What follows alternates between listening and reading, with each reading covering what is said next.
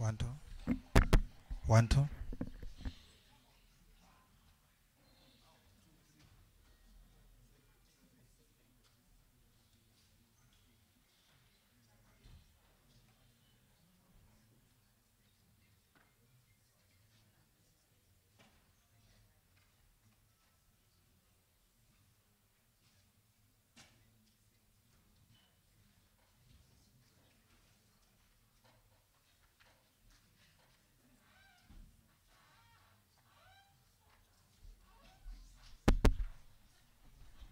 Test one, two, one, two.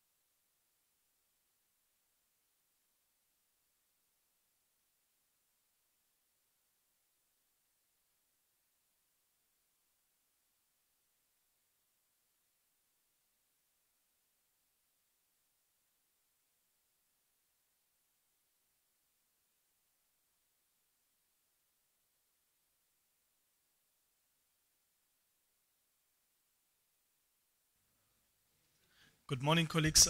Apologies for the late start. We have other colleagues who are just finalizing a briefing meeting. They were part of a training workshop by APSA on data journalism. So they should be able to join us, but we'll kick off with our proceedings. If I may just maybe kick off with some housekeeping. If you just check on the screen, you have the logins, the wireless network, and then the password. You would also have received that when you did the registration. I don't know if there's any feedback from the mic. We good now? Okay, great. We also, we do have 2 hashtags that we are using for this conference. The HA 2018 and the digital citizenship. So we encourage you then to tweet the event. I have to turn my head because this screen somehow is misbehaving. So if I may ask then that maybe we put our mobile phones in silent or vibrate mode.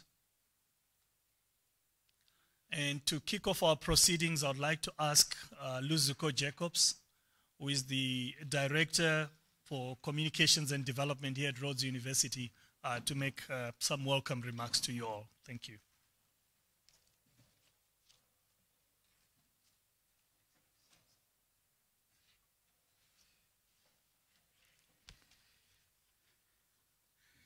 Good morning, everyone.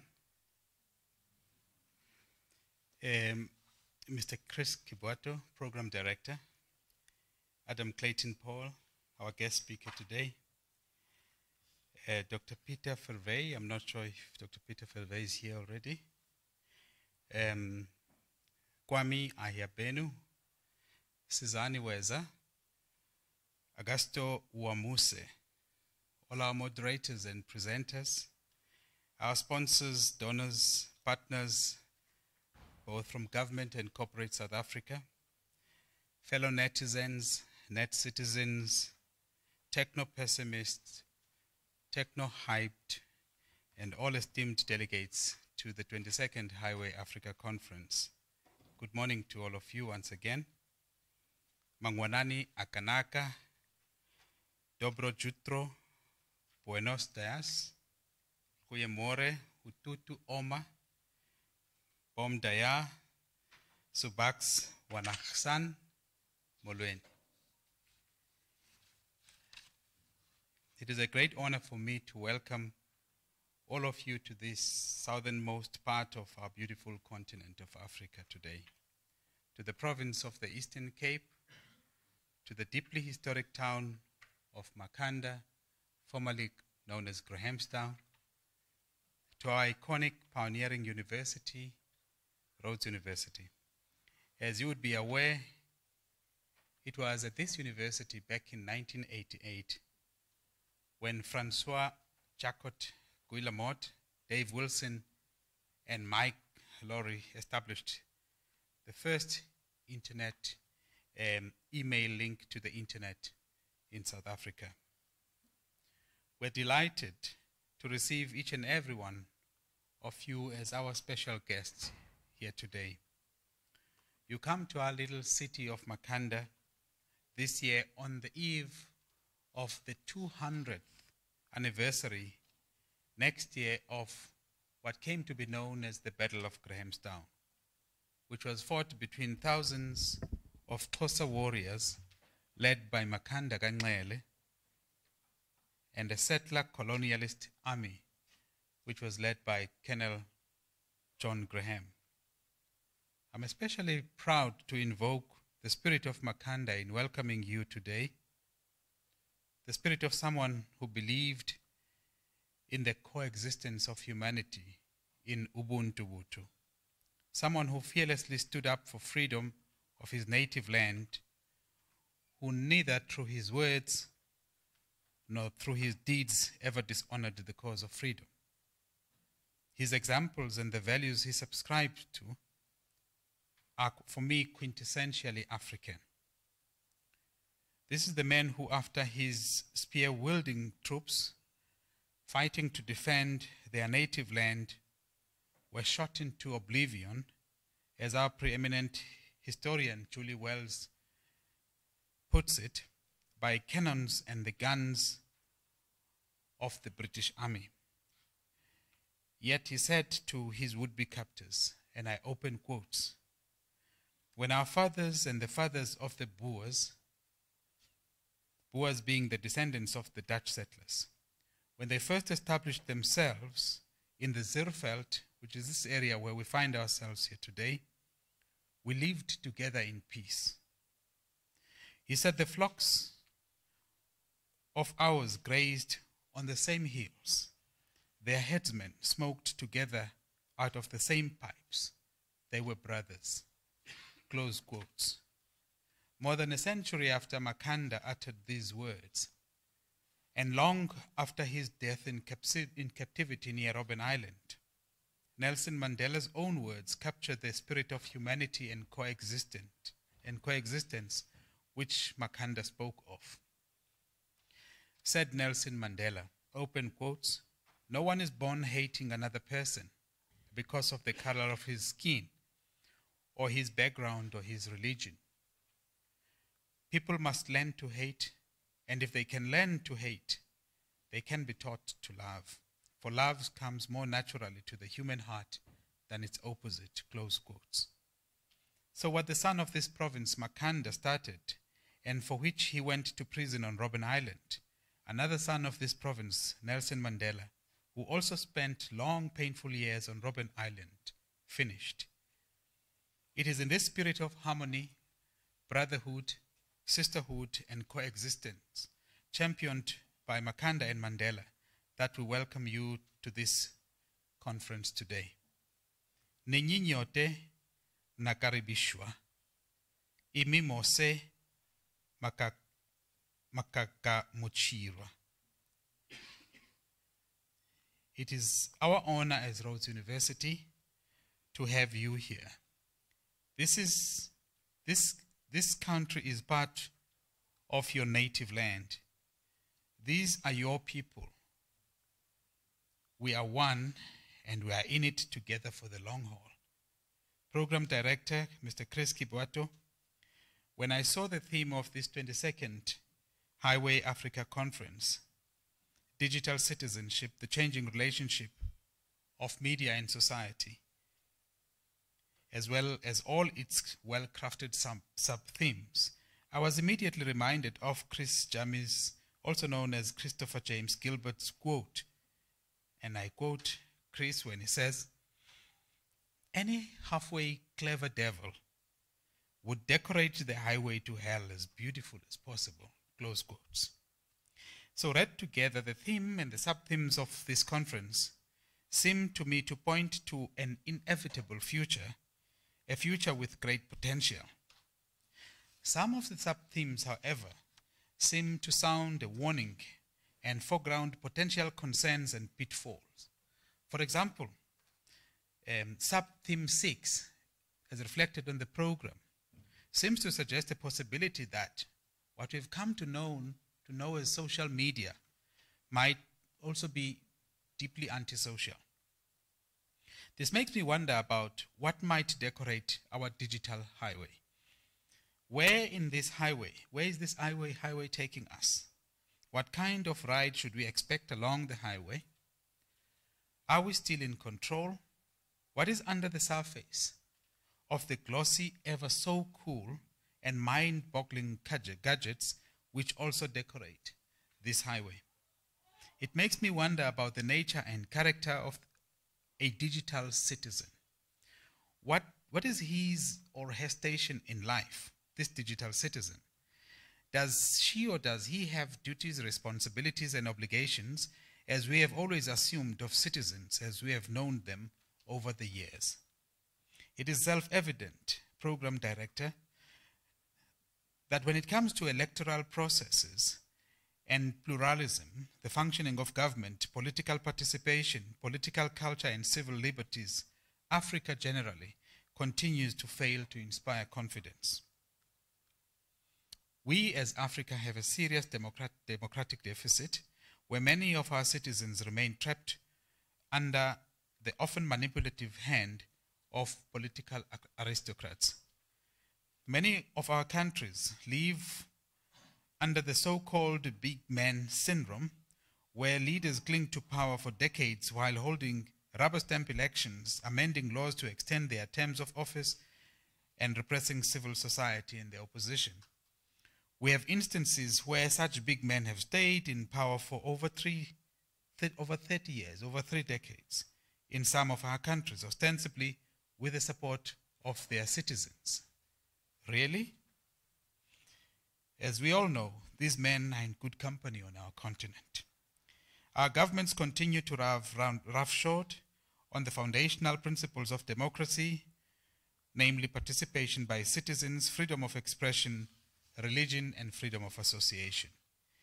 In many instances, the absence of democratic accountability is a norm on our continent. Corruption has become what defines Africa in the eyes of many. In many instances, voter education and access to empowering information is non-existent. The malaise is not limited only to the public sector. The private sector too has increasingly demonstrated serious afflictions, and the citizens and consumers continue to pay a heavy price. So what is the role of digital technology in this regard?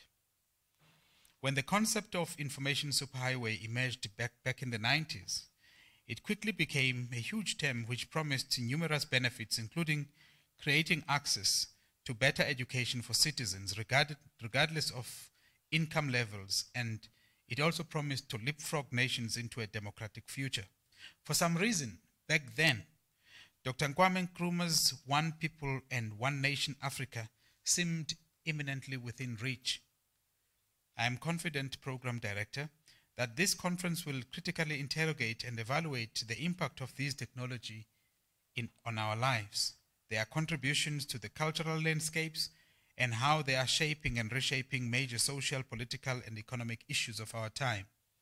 I hope, Program Director, that this conference will help us look deeper and past the allure of the technology and go under the deceptive surface to deal with critical issues pertaining to how we can utilize technology to create a more equitable, just, fair, and humane Africa. How we could make use of these technologies to make our lives and those of others better. I am convinced that the formidable brains trust at this conference will interrogate and offer answers to these and many other questions. Just by looking at the program and casting my gaze across the auditorium, I am in awe of the breathtaking depth and knowledge and experience at this conference. I hope from your reflections here today and tomorrow, you will help us make the most of the digital technologies for the advancement of humanity and of Africa. I hope you will help us, Program Director, appreciate and harness these technologies to deepen democracy and be alive to and better manage the risks and challenges introduced by these wonderful and indispensable inventions in our lives. With these words, Program Director, net citizens, netizens, techno-pessimists, and the techno-hyped, I wish to welcome you to our university, Rhodes University, and wish you fruitful deliberations at this, the 22nd edition of Rhodes University Highway Africa Conference. Asante sana, enkosi, ngiyaleboga.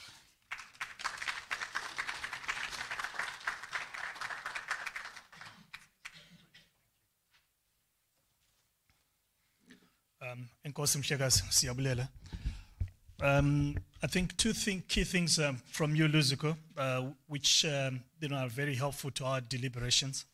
One is obviously the warning around technological determinism, the belief that technology is the be and end all to solving our political, economic, and social issues. But then also your encouragement to look at what we call digitality and how it reshapes the social fabric, of our societies. So therefore the harnessing of that. So thank you so much for those remarks. If I may just begin, colleagues, Luzuko did introduce me as program director and not as Highway Africa director. That brings me to starting off maybe on two notes. One, a somber note, and the other, a much more hopeful and I think, upbeat note. The first note, which is the somber one, is that I left Highway Africa at the end of January to move into a whole new position altogether. Many of you would not have been aware of that. The person who had to hold it all together, for us is Tatenda. Is Tatenda in? Yeah, if you may just come through.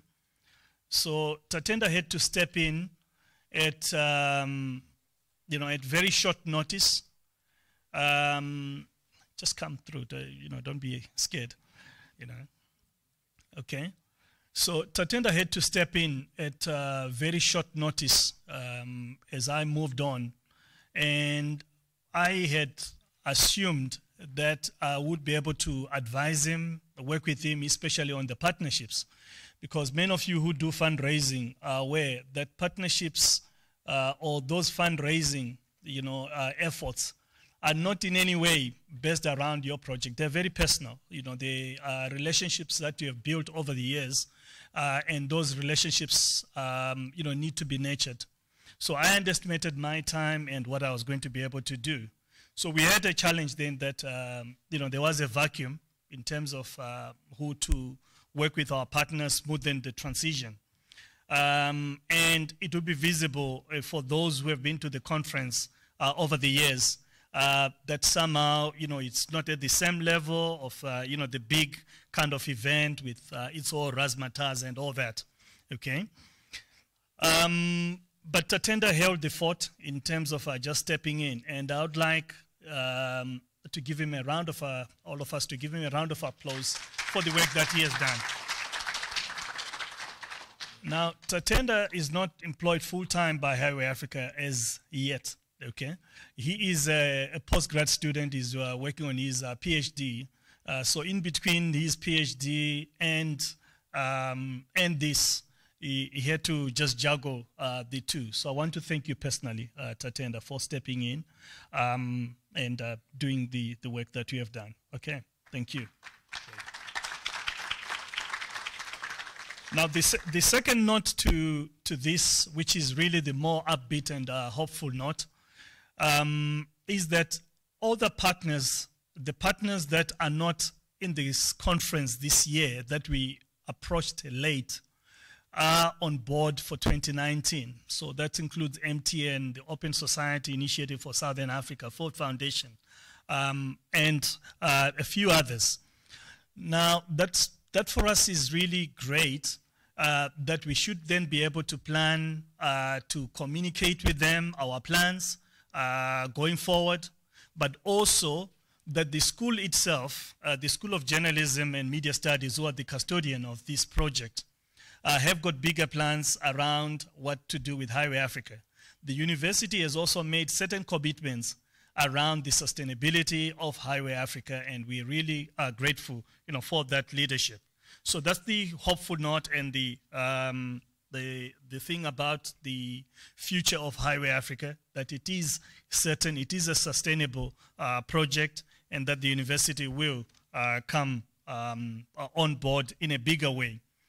So on that note, then, I would like to thank the university itself, the leadership of the university, Dr. Sizwe Mabizela, Dr. Peter Clayton, who is the Deputy Vice Chancellor.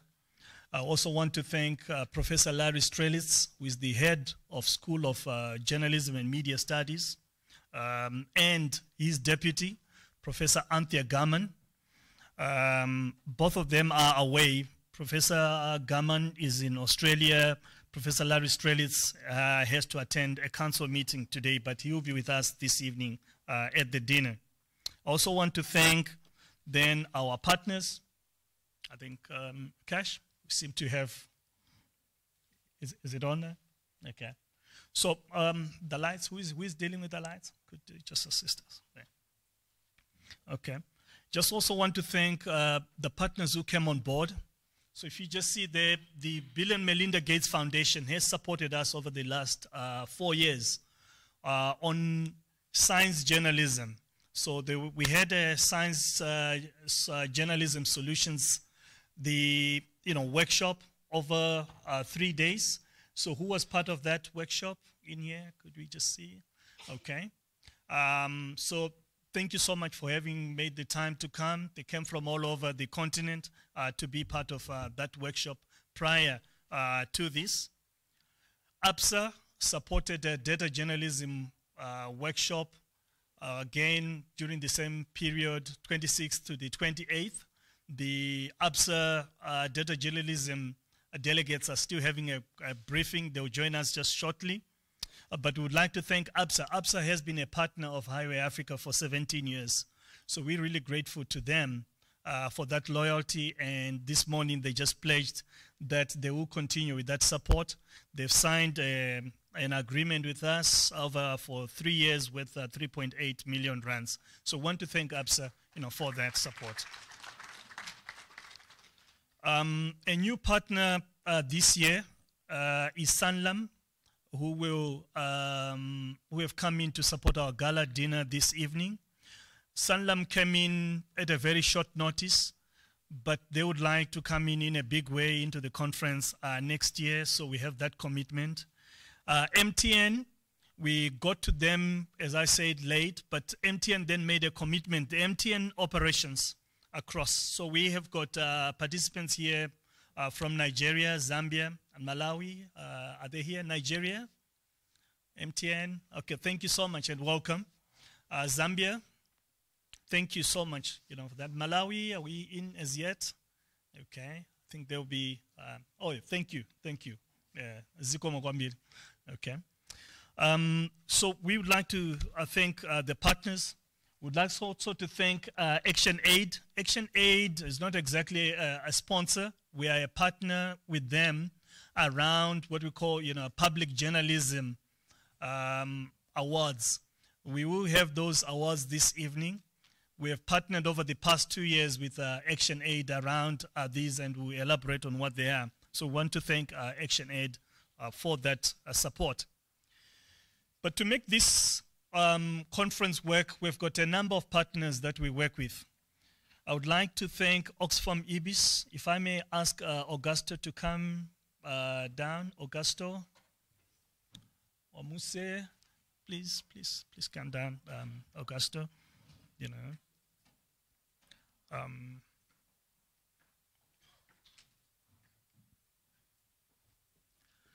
Okay. Now, I just want to thank Augusto personally, because with Augusto, what we have discovered over the last 4 years is just the harassment in a very positive sense of that months before our conference starts, Augusto already is in touch and say, what are your plans? We want to bring a delegation from Mozambique. So every year, Augusto then supports journalists from Mozambique to come in, not simply to attend, but also to participate in the program. So we work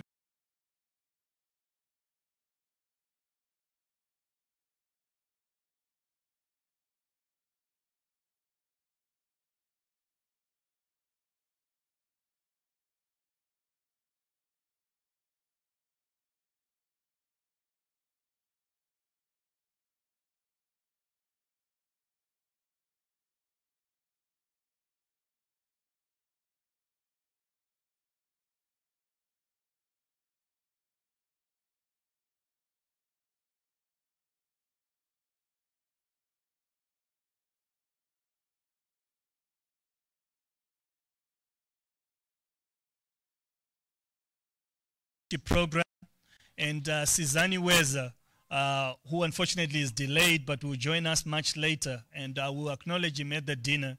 But Sizani has personally invested so much in terms of bringing journalists from Zimbabwe to come and participate in our program.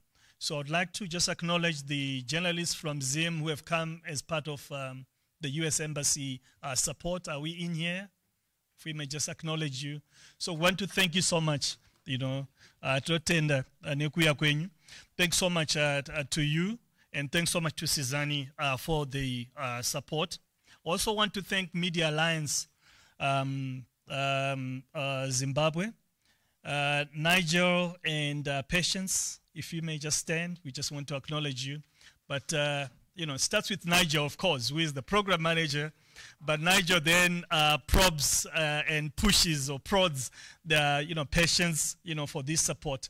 But would like to thank you so much for the support that you have given us again in your presence and in coming with a delegation from Mars. Thank you. Okay.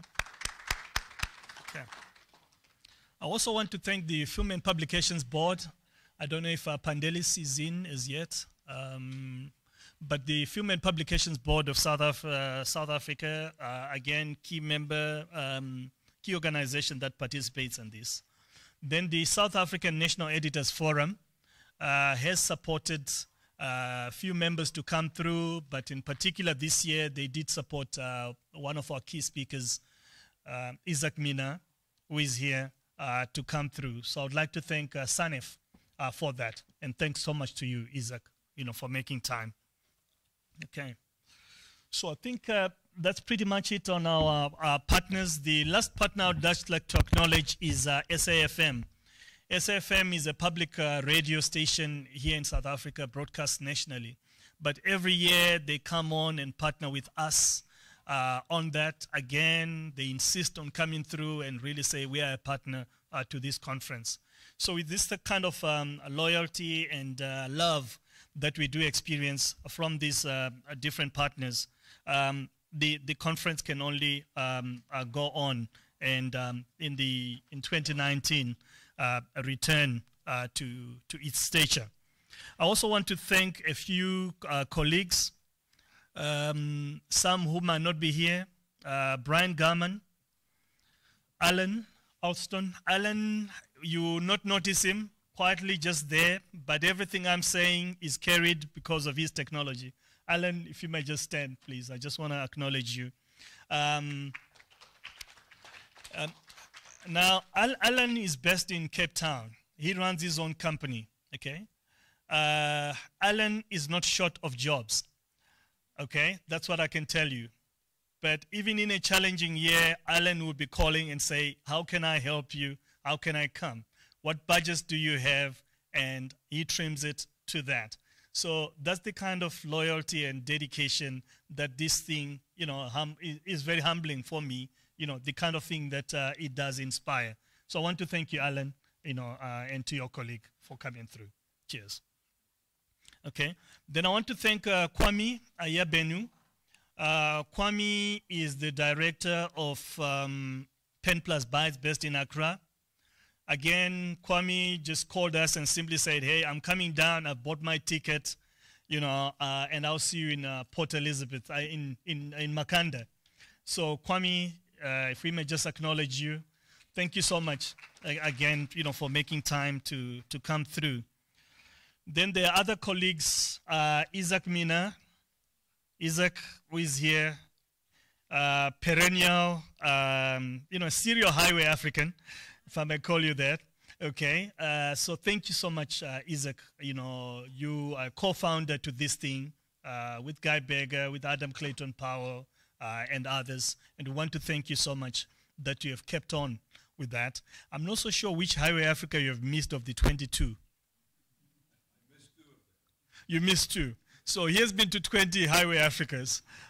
So he has missed 2. And it was because of elections or something that happened in that period. So, but thank you so much again, Isaac. Stephen Lang is not yet in, but he's our trainer on the science journalism, and I would like to thank him for that. Peter Fefe is with the APSA data journalism colleagues. He should be making his way in. Mike Iwin, Mike is here. Mike is our technical manager in the School of Journalism, but Mike again ensures that all our technical guys are on point, everything is working.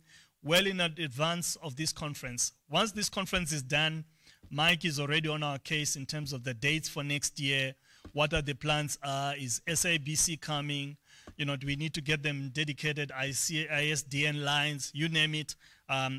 Mike is on that. Mike, I want to thank you so much, you know, for that. Okay. Then Mike works with a dedicated team of two. Andre Jordan. Andre, you're not going to see him. He's normally at the back, but that's just look at that man and that energy. Okay. This man, you're going to see him tonight and tomorrow dancing. Okay. When he's dancing, just give him way. He tends to take space and all that, but he deserves it because of the amount of time he puts into everything for us. We're streaming this conference, and it's because of Andre, who, on top of a whole lot of other things, does that. Andre and Mike work with Deez, who runs our equipment store and ensures that we get all the equipment that we do require. So I'm most grateful to them. Also want to thank our speakers and moderators who have put in so much time to prepare, for this. Thank you, for doing that. Then the people you see, whether running around or doing the streaming here, are all students. The students here at Rhodes, are of a different caliber. I like their work ethic. I like their enthusiasm, their energy. So I'd like us to give a round of applause to the students, who just put in so much into that. We do pay them, but, we cannot even disclose that. But I'm grateful that that even for the little that we do give them, they should come on board.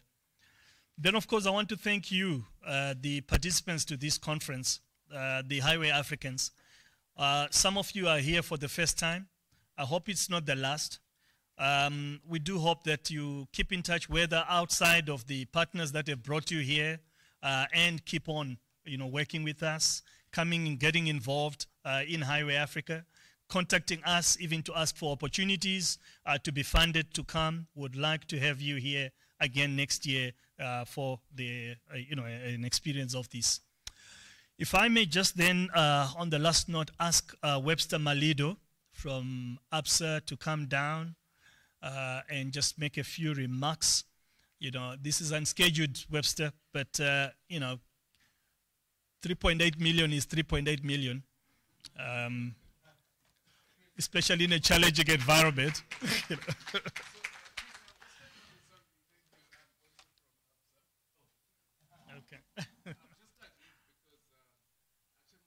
With me here, who happens to be our group head of marketing and corporate communications. So she's probably just going to make a few remarks. Marie, is that fine? Anne-Marie, if you may come down, please. Thank you, Marie. Thank you so much.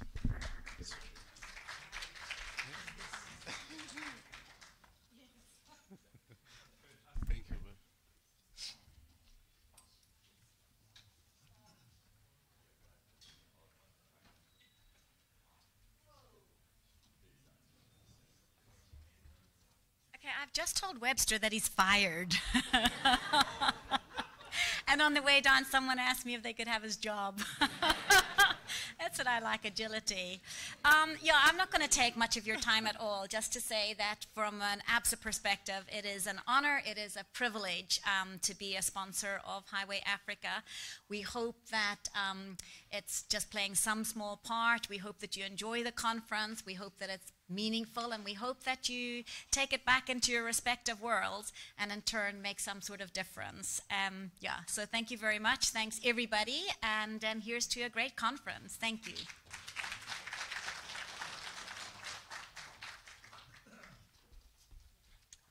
Thank you so much, Anne-Marie, and thanks to Webster. Colleagues, we'll just quickly go through our program. Just there's something wrong with the screen here, so if you see me twisting my head like that, doesn't really mean that I don't know how to use this. Okay. I just want to take you through the program. Our program is quite simple. You know, over the 2 days, we'll use Eden Grove Complex. This is where we are at. This is Eden Grove Blue. The next room is called Eden Grove Red.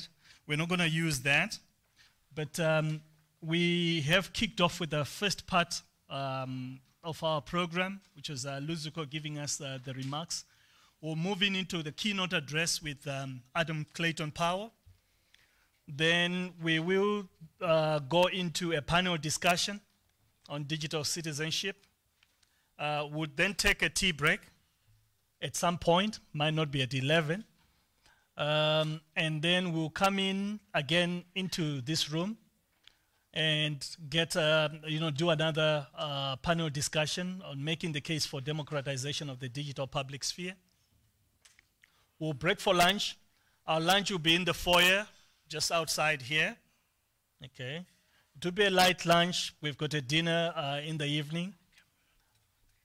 Then after lunch, we will have two discussion sessions. One is on social media, bullying, harassment, and silencing of voices, what is to be done. It will take place here, Eden Grove Blue.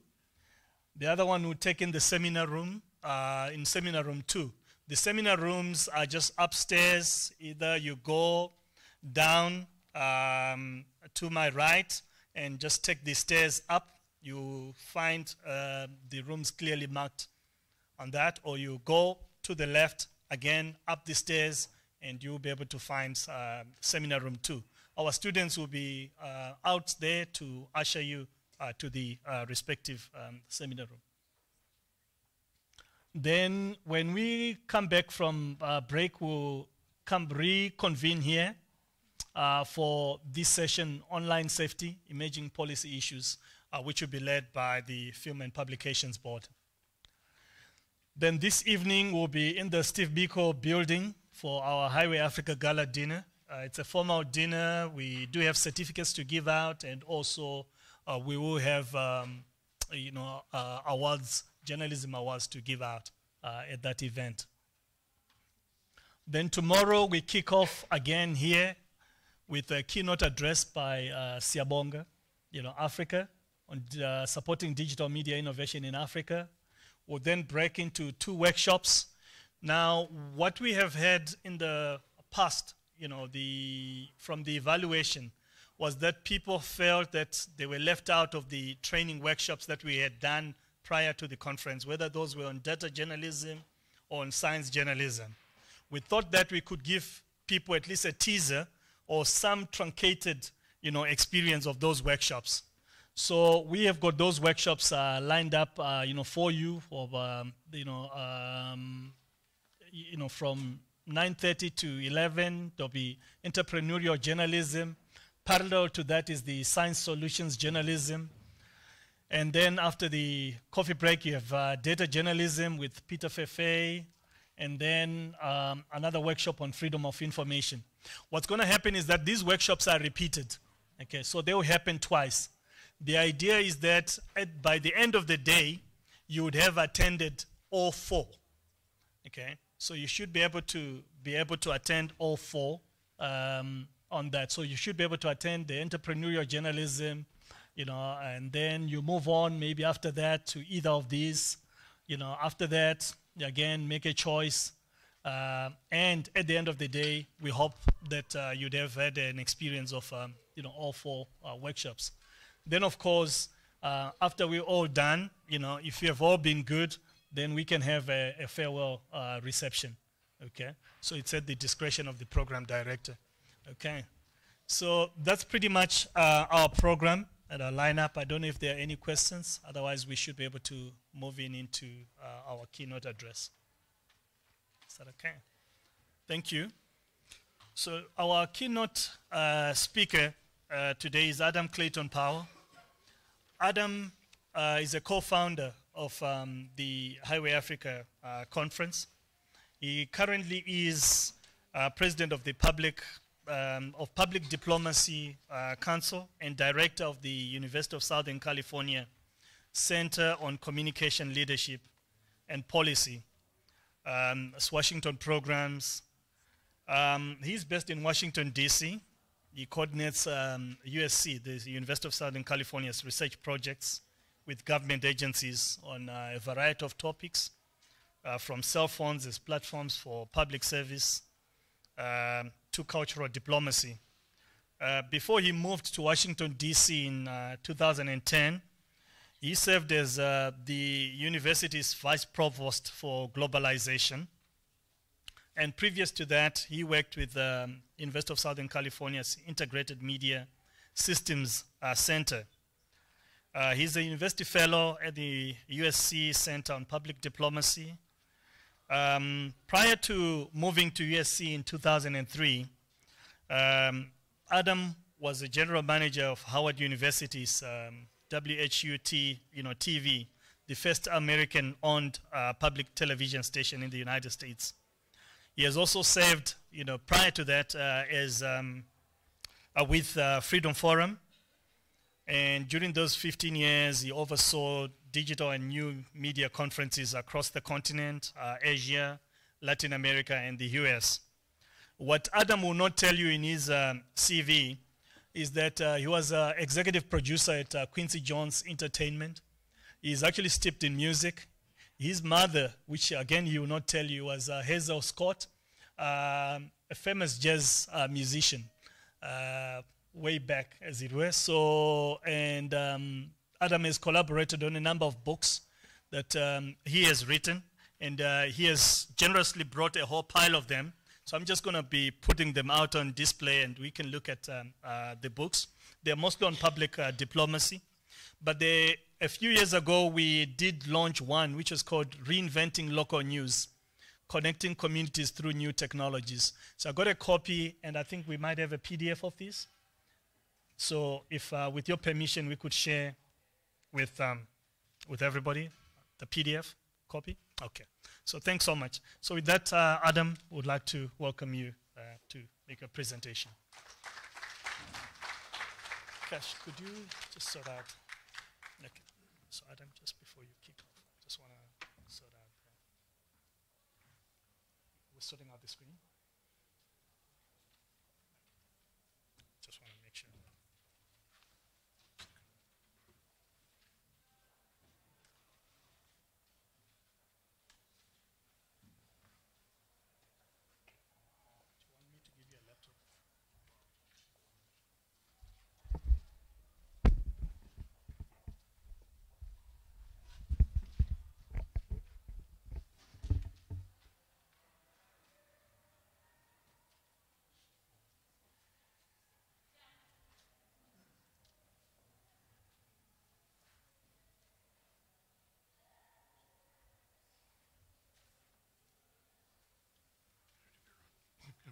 Whilst they sort out the technical hitch, I just need to apologize on one thing, which I have to do every year. It is to do with something you have just experienced out here, which is the weather. There's no summer out here, people, okay? The one thing you can count on with Makanda is the consistency of the inconsistency of the weather here, okay? We call it, variously it's called, 4 seasons in one day. Or you can call it onion weather because at times you feel that it is going to be very cold. Then at some point it gets warm, so you start peeling off your clothes like an onion. Then of course it returns to being windy and cold and all that, okay? Others simply say that it is English weather under African skies. So we've got quite a lot of things that we say about the weather. Okay. So okay. Look, could you just connect via the laptop? Can we connect via the laptop? Could we do it? Is it here now? Okay. We good? Okay. Yeah. We good. Thanks so much. Good morning. Good morning. but we had a number of people here who would like to have a greeting, and I'm honored to be here once again. I also have missed only 2 of the Highway Africa meetings, so I see many, many friends going back over 21 years, and there's one person who we really have not recognized. He claims he's left. Chris Kabato has been the person behind Highway Africa for many years, and even though he says that he has departed, here he is, because he will always be with us one way or another. So let's honor Chris with a round of applause.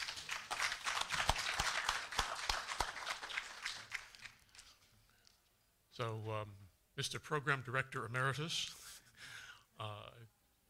distinguished representatives of the university, friends from around the continent, and I hope many new friends to be formed over the next 2 days. It's an honor to be here and to be at Rhodes University once again for this important conference. I see they've changed the name of my presentation. Chris asked me to talk about digital citizenship in a changing time, and yet I see it's digital citizenship in the age of Trump.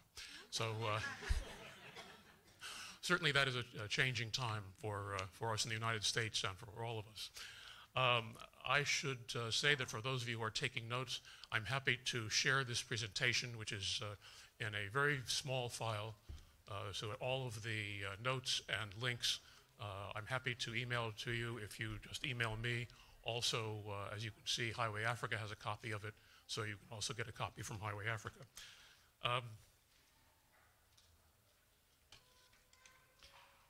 What is citizenship? Well, here is a dictionary definition, which is just taken from dictionary.com. And I think that it's a broad enough definition that A, we can all agree with it, agree with most of it, and B, that it really affects the topic that we are discussing for the next couple of days. The state of being vested with the rights, privileges, and duties of a citizen. And I'm grateful for the opening remarks earlier by our distinguished colleague from Rhodes University, because he addressed many of them, and in a way I am acting as a bridge between his framing comments and the discussion that will follow shortly.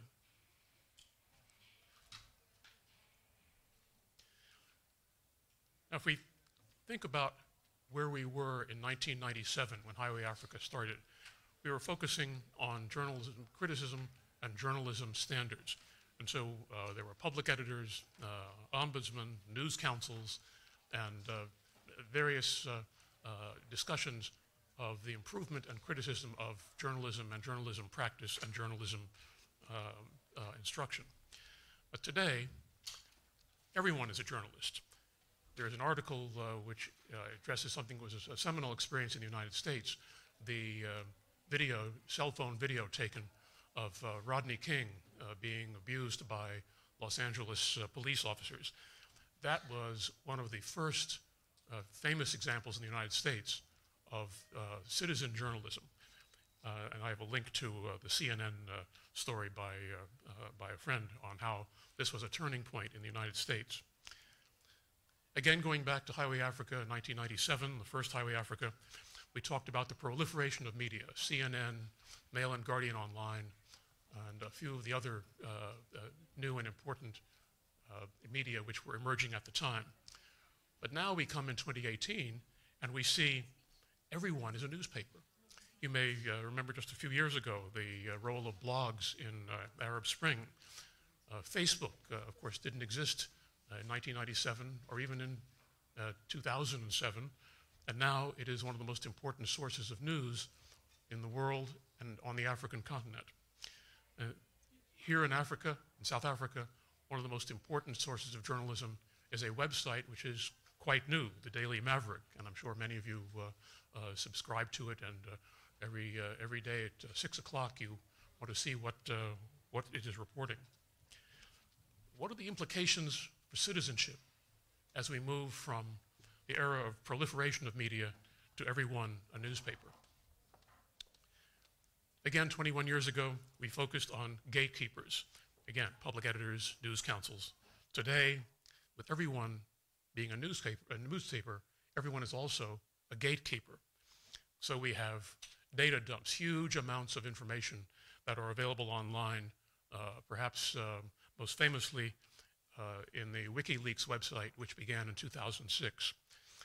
And now we see, as often happens in a community, some of the negative aspects of citizenship, fake news, hate speech, and we have many examples here and around the world. So what are the implications for citizenship?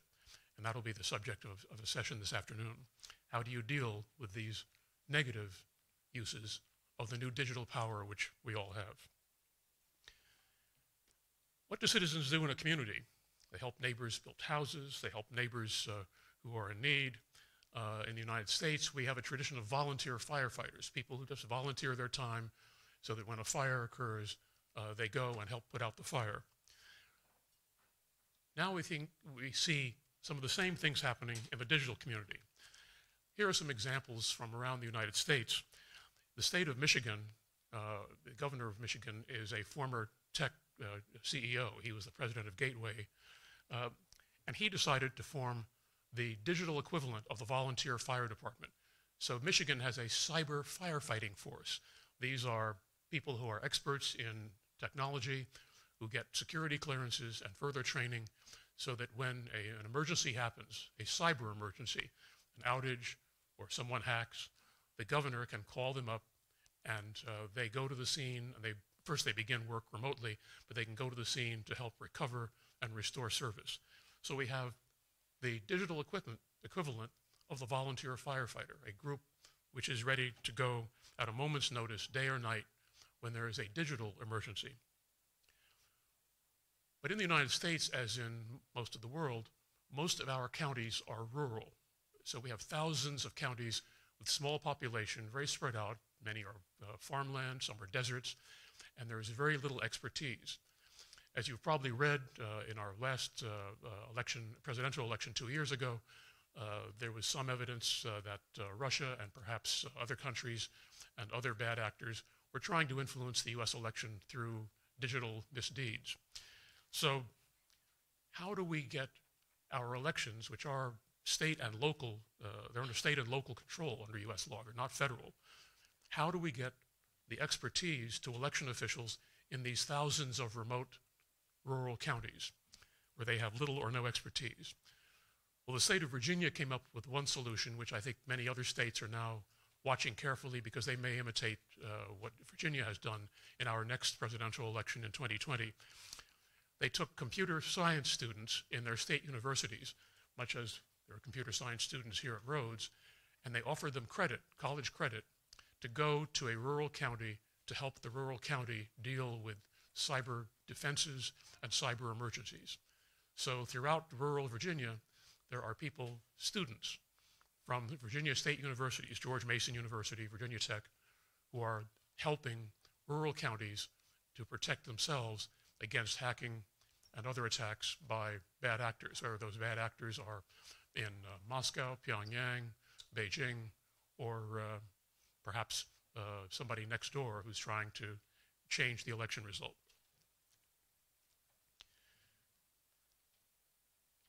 What does it mean when we are all citizens in a digital community where I can correspond as easily with Chris here in South Africa from the United States as I can correspond with a next door neighbor?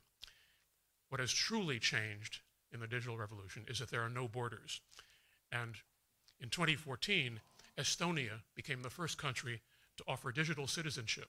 You don't have to move to Estonia, you don't have to pay taxes to Estonia, but all you have to do is you approach the government electronically and they will offer you digital citizenship. I'm not quite certain what that means, but it is an interesting example of how borders have opened up completely. Now let's look at what that does to formal arrangements. If you go back to 20 years ago, 25 years ago, hundreds of years ago, you have foreign ministries. In the US, we have our State Department. They were the people who dealt with foreign governments and with people outside of the country. Today, that is completely changed. Now we have people-to-people public diplomacy, which is becoming increasingly important. We've always had education exchanges, we've had cultural exchanges, we've had science exchanges, but now through the digital technologies, we have direct people-to-people diplomacy. And as Chris mentioned, I'm president of one of the organizations, the Public Diplomacy Council of the United States. There's a link to their website. And what we do is to track the practice, the performance, and the teaching of public diplomacy. And what we find is that, for example, in one US state, South Carolina, their schools have adopted sister schools all over the world. Many of them, I think most of them actually, here on the African continent. And so students from kindergarten all the way up through 10th, 11th, 12th grades can have at least once a week a direct relationship with students the same age in a school here in Africa or Asia or South America. This has had an extraordinary effect in South Carolina in improving the schools and the pupils' performance. And we hope it's having the same effect, obviously, in partners in other parts of the world. This is just I feel, this is just the beginning of how true digital citizenship is going to take hold. And I think that we've just begun to explore how this can happen, whether through streaming. My university, the University of Southern California, is one of the leaders in actually streaming classes, university classes, for credit over the internet, and taking advantage of a two-way communication. People from around the world can ask questions in some classes, they can take tests, and they can get university credit. This is something which many universities are exploring, and we like to think that we've been one of the pioneers in this area. So the era of no borders. Again, going back to 20, 25 years ago, there is an organization called the National Governors Association in the United States. It's a meeting of the governors of the 50 states and territories. A total of 54 jurisdictions can be represented in some of these meetings. And again, this is the old model where you had governors who were in charge in their states speaking with each other and with the federal government. But now, in the digital community, suddenly the National Governors Association has opened up and they realize that they are part of a worldwide digital citizenship. So they last year began a new division called NGA Global. And the keynote speaker at the National Governors Association conference February of last year, was not a governor, not the governor of California, not the governor of New York, not the governor of Texas, but the president of Ghana. And this was a deliberate outreach by the NGA to begin NGA Global with a head of state from Africa. What they did not expect was how this would take off. By the NGA Summer Conference in July in New Mexico, the largest delegation was not from New York or California or Texas. The largest delegation to the National Governors Association Conference of the United States was a 43-person delegation from Kenya. So we see how this digital citizenship has transcended borders and is forming new relationships. So now the people in the states of the United States, whether in Kentucky, Rhode Island, California, can have a direct relationship, person to person, with government leaders, business leaders, education leaders, scientific researchers in other countries without going through any central authority. And there's actually now a mechanism set up by the governors of the United States to encourage and strengthen these.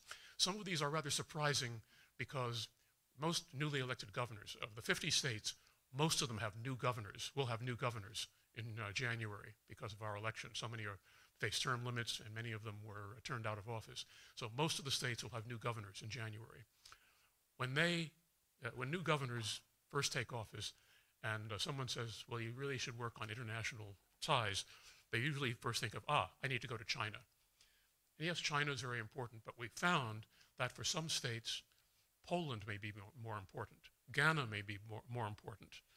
Morocco may be more important because of shared challenges, shared resources, shared industries, and so we're finding many new relationships are starting in this era of no borders. Now let's look at an industry that many of us know firsthand, which is broadcasting. Again, to take the United States as an example, we have the National Association of Broadcasters, of all American broadcasters, which used to have the largest convention of any kind in the United States, so large that only one place could hold all the delegates, Las Vegas. So once a year we had to go to Las Vegas to meet with people from other broadcasting organizations. So what has happened now? Suddenly we have citizenship in the digital community, so we are just as concerned, if not more so, with challenges, issues, sharing resources with other parts of the world. And I'll just cite one example of what I call global community media, which is a very new phenomenon. There's an organization called Developing Radio Partners. Very small budget, many people volunteering, but what they do is they help develop and strengthen community radio and community communications facilities, mostly in Africa, but also in Asia, South America, and a couple of smaller countries in Eastern Europe. So again, direct people-to-people relationships, direct partnerships, and I'm sure Developing Radio Partners and NGA Global and the others I'm citing would welcome any inquiries that any of you would have to become partners in, as we move forward. But what has truly changed? I would argue that what has truly changed is what has not changed, and that is, what is the definition of a global digital citizen? I think it's the same definition that we've always said. Just as good journalism has always been good journalism, good citizenship has always been good citizenship. And part of that is sharing, part of that is helping each other, part of that is helping build the community, and part of that is to, as the dictionary definition says, to be a member of society, to have behavior in terms of to conduct behavior in terms of the duties, obligations, and functions of a citizen. And we all should, if we achieve this, we should all be honored with awards for good citizenship for ourselves and for each other. And with that, I thank you and look forward to meeting each and every one of you in the day and a half ahead. Thank you.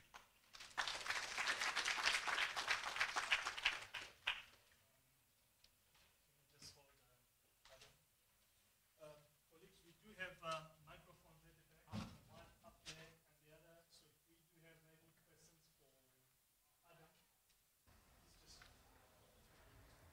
And again, I'll be here the next couple of days, so certainly look forward to discussing with you in person.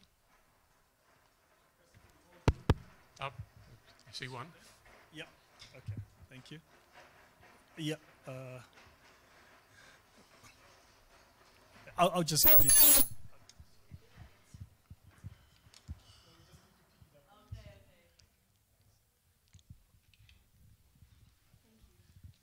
Good morning. Good morning. My name is Fernanda Lobato, and I'm coming from Mozambique.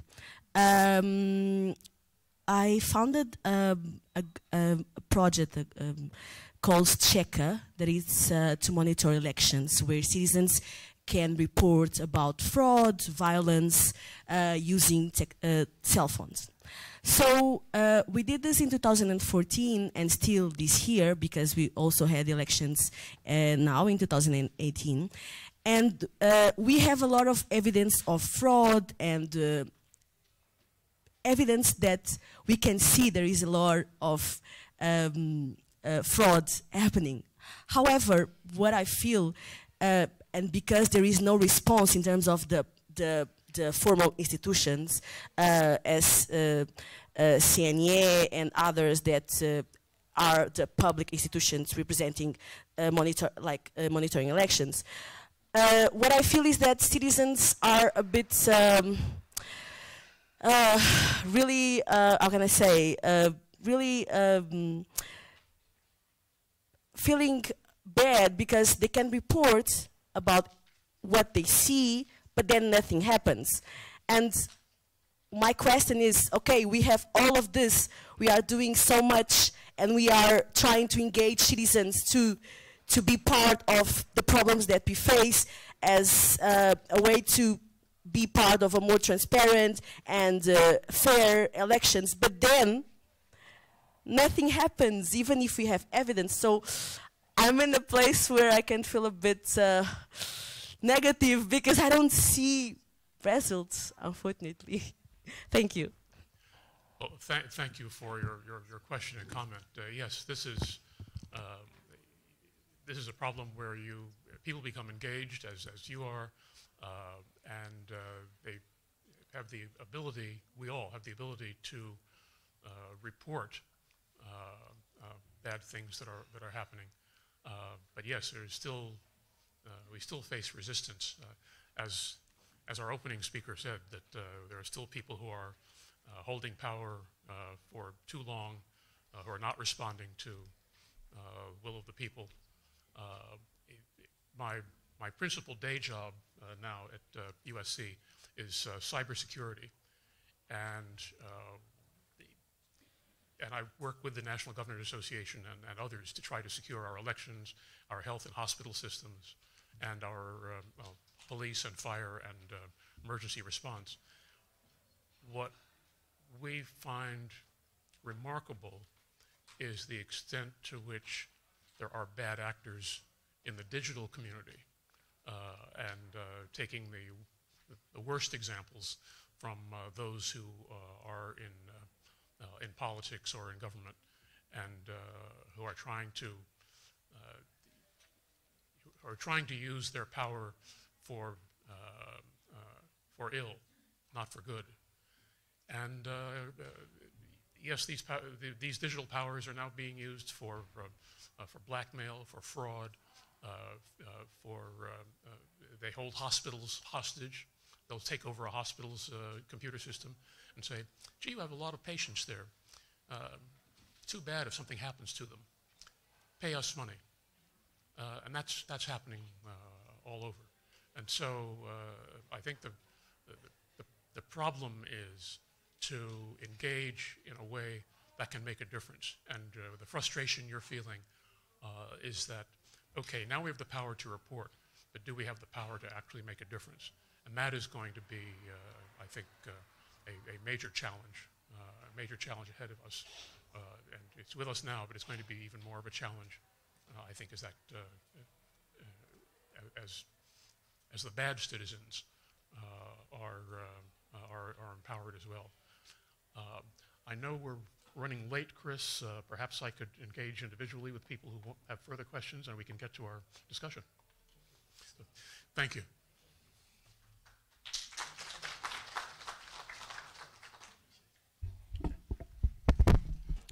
Thanks again, Adam. One thing I didn't say about Adam is that he books his ticket a year in advance.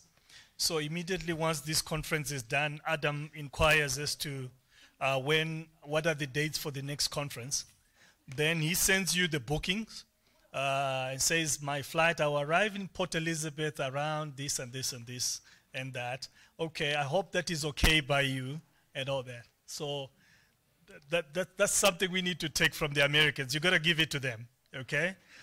Yeah, okay. But Adam, thank you so much for that. Colleagues, we'll move into our next session, which is a panel discussion on digital citizenship, now unpacking what Adam has given us in his keynote.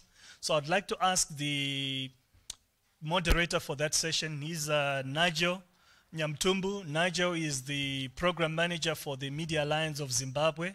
He's a political commentator in his own right, interested in development issues. So if we may also ask the speakers to come down, the ones that are participating, so that you can be wired, you need to get the lapel mics. Carlos Fuel, okay. You're part of that session, okay. We want to thank Luzuko Jacobs, who is now leaving, has got to attend to other things. Luzuko, thank you so much again. Give you a round of applause. Okay. Okay. So colleagues participating in that, Isaac, okay. Okay. That's great. Okay, thank you so much, Lezu. Yeah, please. Huh? You prefer the mic? No. Huh? Speaker's profiles. Yes. Yeah. Yeah. If you can just go through this. Okay, we had copies. Go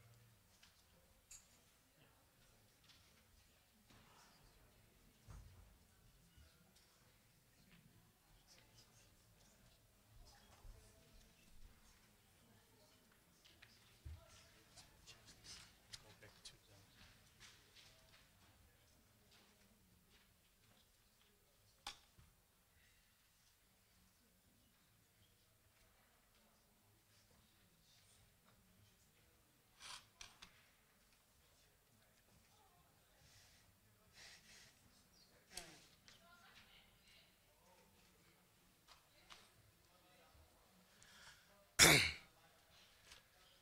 Yeah, well, thank you so much, Chris, and Adam for steering through the first session. And I'm thinking this is what we ought to always be doing in Africa, peaceful and smooth change of power, transition that moves and just flows in an amicable manner. Colleagues, I think this particular session we are just picking up from where our keynote address left, and one key point, the departure point that I would like to start with, which was pretty much Adam's exit point around how a good citizen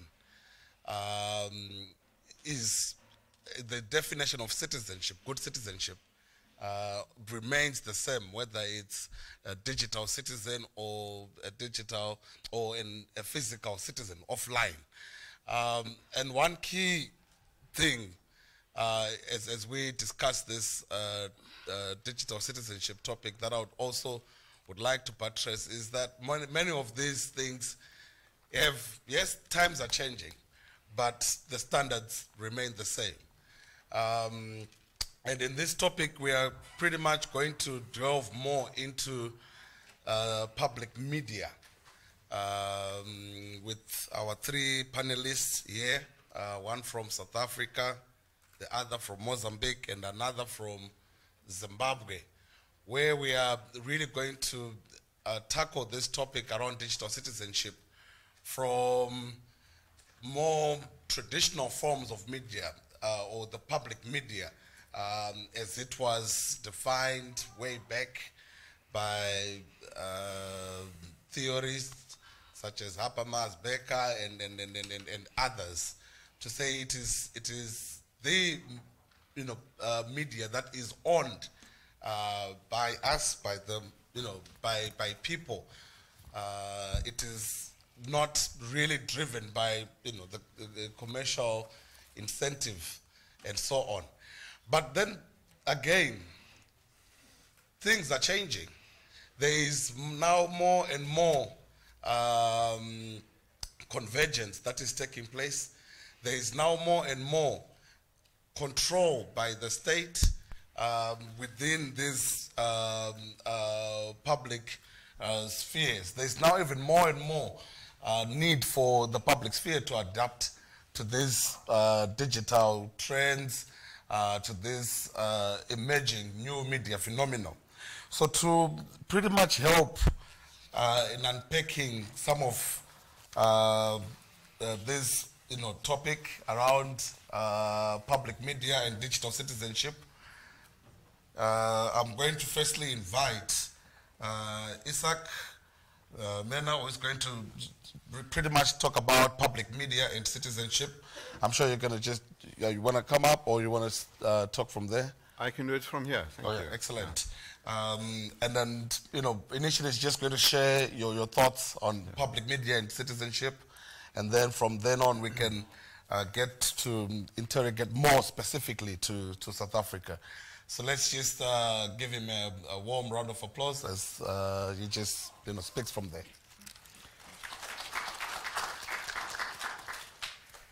Thank you. So I will give a kind of an overview of what is the situation in South Africa, and I think we can then also get into some of the broader issues after we have all the panel inputs. Firstly, I should say that I think South Africa has a very structured way of particularly dealing with broadcast media, and to recognize that different kinds of broadcast media. So South African legislation deals with public service media, public broadcasting in particular, with community media and with commercial broadcast licenses. And all of this came about around 94 with the transition to democracy, where before that the then state broadcaster, the SABC, had a total monopoly on broadcasting. And as part of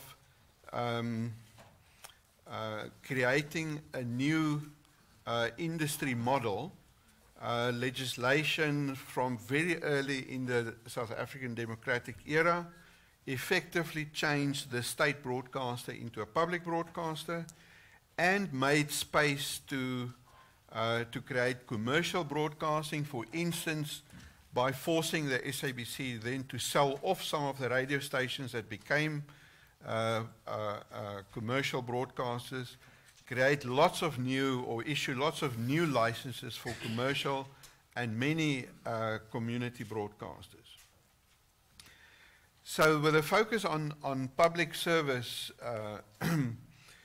so part of the legislation, the broadcast legislation, deal with a public service broadcast charter, which puts some responsibilities on public service media, specifically regarding social cohesion, nation building, promotion of democracy, empowerment of South African citizens. So it's very much focused on exactly what we've been talking about in the session so far. When ICASA, which is the South African regulator for the broadcast and telecommunications industries, when they issue licenses, they actually are obliged to make sure that all broadcasters, not only public service, have some level of public service obligations. So our community media have public service obligations, commercial media has a level, but then the public broadcaster has much more onerous levels of public service commitments. And those I'll list the kind of things that's then specifically regulated in terms of the licenses of what public services should do in South Africa. Firstly, the SABC, as the only public broadcaster, is obliged to provide broadcasting services in all the official languages. And in fact, the SABC has gone beyond that and also provide services in some languages which is not official but also used in the country. Secondly, it's about local content, and particularly levels of local drama, local documentary, factual documentary production, levels of South African music that must be played on public radio stations.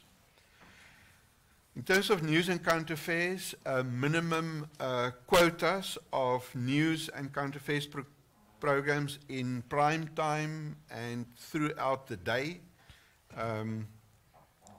When it comes to elections, there are also very specific, a range of specific, or let's just, they call it editorial guidelines, which essentially provides a framework for fair and balanced election coverage and deal with issues such as right of reply, about balance in providing time to contesting parties, an obligation to make sure that the citizens can hear the views of all the different parties, guidelines on how to ensure that the incumbent, the governing party, is treated similarly than the other parties. So we're now moving into the election period for the South African national provincial elections in May, and ICASA has already issued those guidelines. So more areas of public service would be specific on children programming, both in terms of content, but also when it must be broadcast to have the maximum impact. And then over and above that, minimum quotas for a range of formal and informal education and what they call knowledge building programming. And then sport, both in terms of national sports, but also minority and developmental sport. So those are the areas specifically where the public broadcaster to a large extent and the other broadcasters to smaller extent need to make sure that it is public, that there's public service content in the public interest in support of citizens and citizens' rights. So it so happens that the SABC in particular exceeds usually most of these quotas. And what's interesting is when more than 20 years ago the broadcasters started moving into this area, they were all complaining about these onerous obligations put on them. But actually, all these local content and public service obligations turned out over the past few decades to actually be the most popular programming. It's also the programming that makes the most money, gets the most audiences. So no wonder the SABC is over-delivering on all these quotas. The final few points I want to make is about universal access. Because for this to be truly broadcasting in the public interest, it must reach large parts of the audience. So there are also some regulatory obligations regarding that. So on both the geographic reach and the population coverage. In terms of public radio across all the languages, more than 90% of the South African population can access public radio, and there's about 28 million weekly listeners across South African public stations. There's also an effort to more and more to provide online access to public service content. Public service content in terms of not only of radio but also television context and text content. But in South Africa, we have about 55% of the adult population who currently access the internet. So it is a growing area. So the focus is pretty much also from a public service viewpoint, where rural poor communities would be the most important audiences, and therefore radio remains the medium that reaches both of that, and slowly starting to get, especially with younger audiences, get them to also experience public service content in a variety of online formats, which ties in with an effort by the government and industry bodies to work towards universal internet access over a period of years, which is captured in the South African National Development Plan, and in a whole range of legislation and policy. But if we're honest, we should say that there's very, very slow progress in actually achieving the target set. Thank you. Thank you very much. Yes, yeah, please. Give him a round of applause. Yeah, and indeed, you know, public service broadcasting will remain really critical going forward, especially given that, as you alluded to, 55% have access to the internet. But not only that, with also public media in its entirety, in its context. What you see is what you get. We know with these netizens and digital citizens, at times we have different identities online than we have offline. Some of our looks seem better online than they are offline. As we continue to interrogate the topic around public media, I'll call upon Mr. Isas Fio to talk to the public media in Mozambique. I think Isaac had spoken about the question of content and how local languages are critical in South Africa. You may want to also delve a bit deeper into content, language, diversity, and independence of the public media in Mozambique. Okay. Okay. What can I say? I would like to say that to understand how, or actually today, how public medias operate, it's important to understand the first period after independence, how Frelimo's organized the media, and how Frelimo's part look at the media.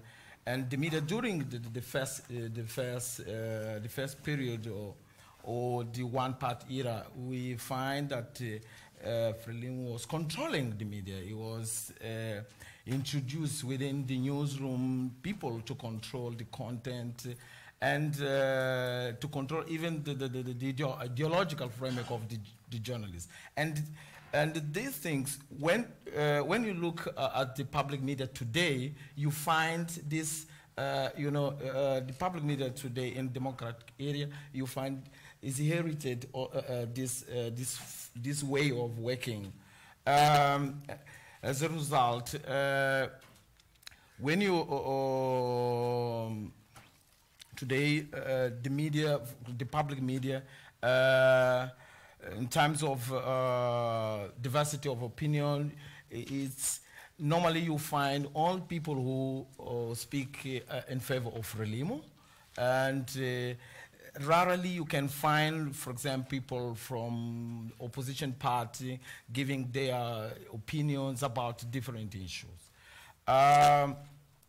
Okay, but in terms of independence, it's clear that there is no independence within the public media sector. Because journalists are not allowed to say whatever you want. You are not allowed to bring different opinion within to discuss issues. And then I think 1 month ago I saw Renamo's members and maybe MDM members discuss, but it's not something. It's not normal. I think I was surprised. Oh, what's happened? Maybe the TVM is changing, but it's not something normal. What's normal is to see only members of Frelimo people talking, or people who are Frelimo's ruling part talking and discussing issue. And if you look in terms of language. Radio Mozambique is public media, and it publishes in Portuguese and in local language, and it covers more than 95% of the whole territory. And then, yeah, it is where you find people in this part. You find people engaging, because majority of Mozambicans they don't speak Portuguese. They speak in local language. But for example, if you are looking at the content.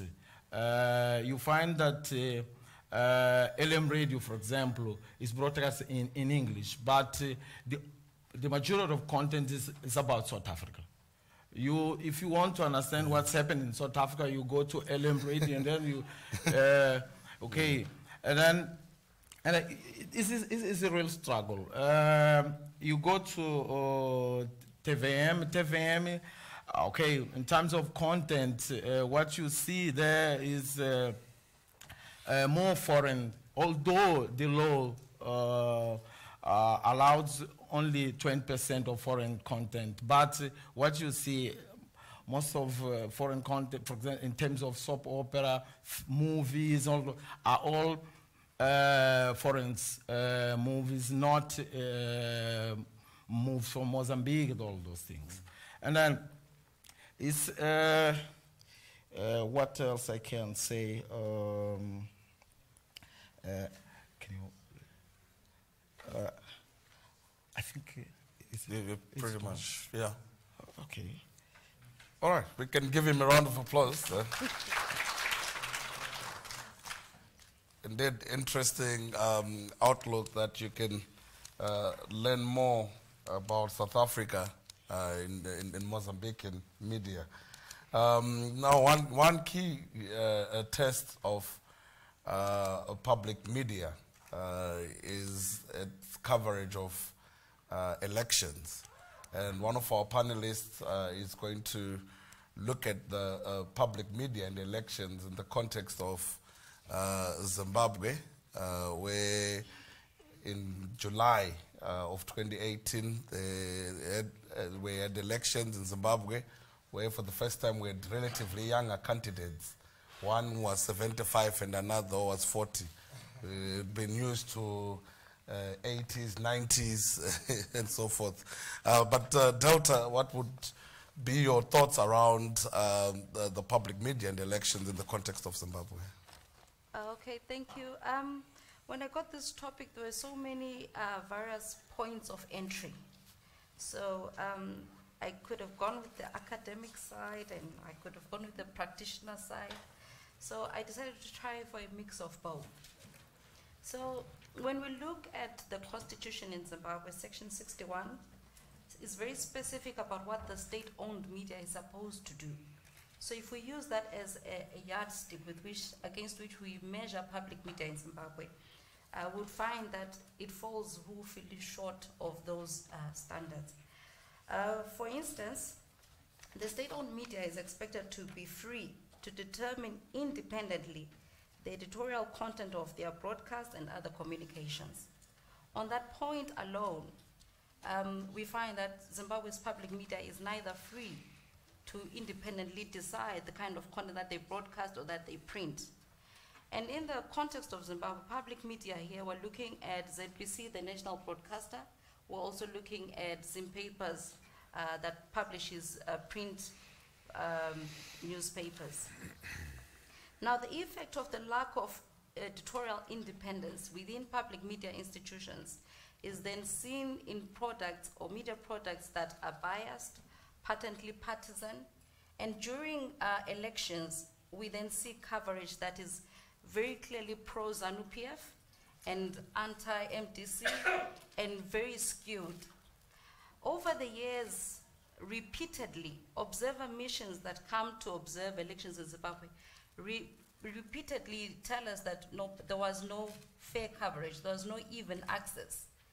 And the voices represented within public media were mainly those that cast ZANU-PF in a positive light. So if I was somebody who wanted to have a conversation around where we start changing the narrative for public media, it would be around independence, editorial independence. There are so many other entry points, but until we address the issue of editorial independence, then I think we might not really get far in terms of transforming public media. So why is it important for there to be editorial independence? I'll give some examples. So these are names that might be familiar to some Zimbabweans, and I'll talk about them. Geoff Nyarota, William Sarurwa, Henry Madzikwa, Tommy Stole, Brej Malava, Edmund Kudzai, Mduduzi Matutu, Ruveneko Parrenyatwa, Napoleon Nyani, and many others.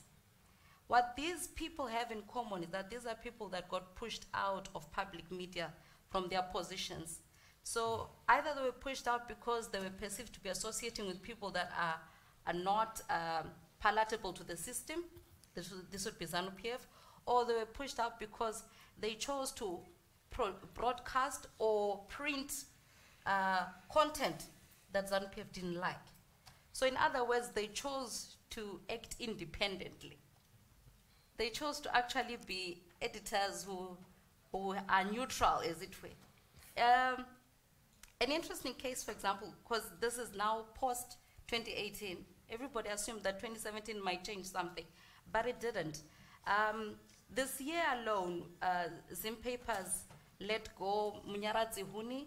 He was a Sunday Mail deputy editor who's been with the company for years, because he was associated with a faction of ZANU-PF that the system didn't like. They let go Ruveno Kuparenyatwa and Napoleon Yane, and these are two middle-level managers that were elevated within the structures of the company. They were in broadcasting. The local commercial radio station that's in Harare is called Capitalk. So Ruveneko was fired because she had a guest on her show called Jelas Mawarire, who unfortunately she could not control. I doubt she intended to control him anyway. But he came onto the show and then he said whatever he wanted. And the system does not like people saying whatever they want on their platforms. And then Napoleon was fired because there was a call-in program after the August 1 shootings on the streets of Harare, where people called in to blast VP Chiwenga, to say, you know, the army is the one that has killed people, and the army was sent by VP Chiwenga. So Chiwenga reacted to that by asking who owns this Capitalk, because it's a very new part of Zim Papers. And then when he found out that it was actually Zim Papers, I'm told he called and said, shut that thing down. Shut it today. And they said, well, we can't do that. So they told the station manager, go home for a month, lay low. but he wasn't having that. So he wanted scalps. So I think it's important for me to use that as an entry point, to say it's so easy for us to have a constitution that says this is the standard. But until we can address those lived realities and the conditions under which journalists actually practice within newsrooms, it becomes very hard to hold them to those standards unless we can then find mechanisms that shield editors from these repercussions in terms of political interference and political pressure, so to speak. In 2015, there was a big story. Mugabe broke his fall. I was working for state media. We did not say that Mugabe fell. We said he broke the fall. It was very heroic.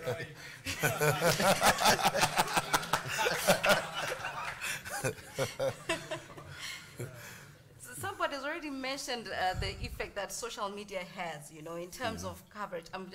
So this is the last anecdotal tale I'm giving, so we can move forward. It's fine, sure. So somebody said, no, with social media, it was hard for state media to have a blackout on a story that was going viral. In the research that I was doing, I spoke to 3 editors of the major papers at Zim Papers. And I said, so how did you cover this story? One editor said to me, look, we looked and said, we're not touching this story. The other one said, we're waiting to be told what to do.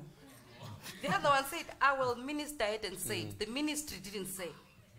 And then eventually when they did do the story, it was about 2 days later, they said, well, the minister came with an interpretation. And the minister at the time was Jonathan Moyo. He said, look, the president did not fall. He was about to fall, and then he put his hand out, and then he blocked the ground. It was very Chuck Norris. So he broke the fall. And that's what all the state media publications said. Said, oh, the president broke the fall. You know, and there was a picture of him looking very sprightly, like these are the things our president does. He doesn't just fall like other people. And then we had stories about other presidents and heads of states who've stumbled, even Obama. So what was key for me is that these are editors who've been at this craft for years. Under normal circumstances, these are men who know what to do, who know their craft, who know their job. But they work in an environment where they understand that there are certain parameters that you do not cross. last year there was the story of the First Lady assaulting a South African young woman. The coverage between those two stories were very different. Again, I asked those same editors, how did you handle this one? Because there was a complete blackout. So one editor said, look, I pretended I was on holiday.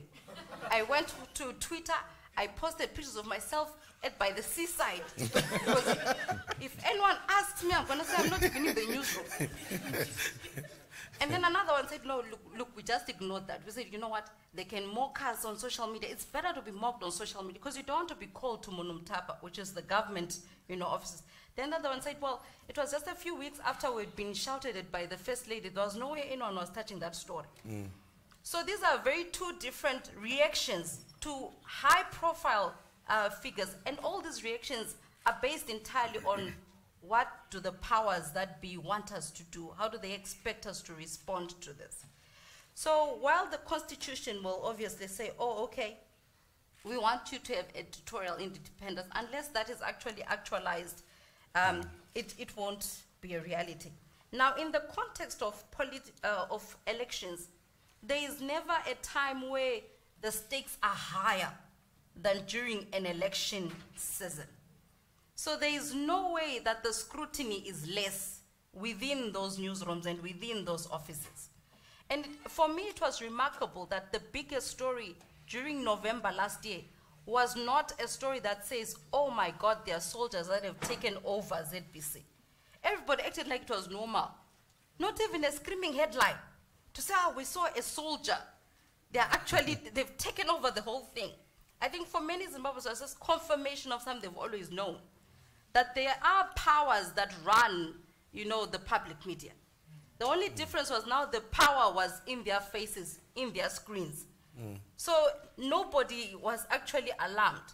I try to imagine if suddenly the US Army was in front of CNN or something, like we're here in the studios, we're not only giving out information, we're in our uniforms, with our guns. How does anyone not remark upon that?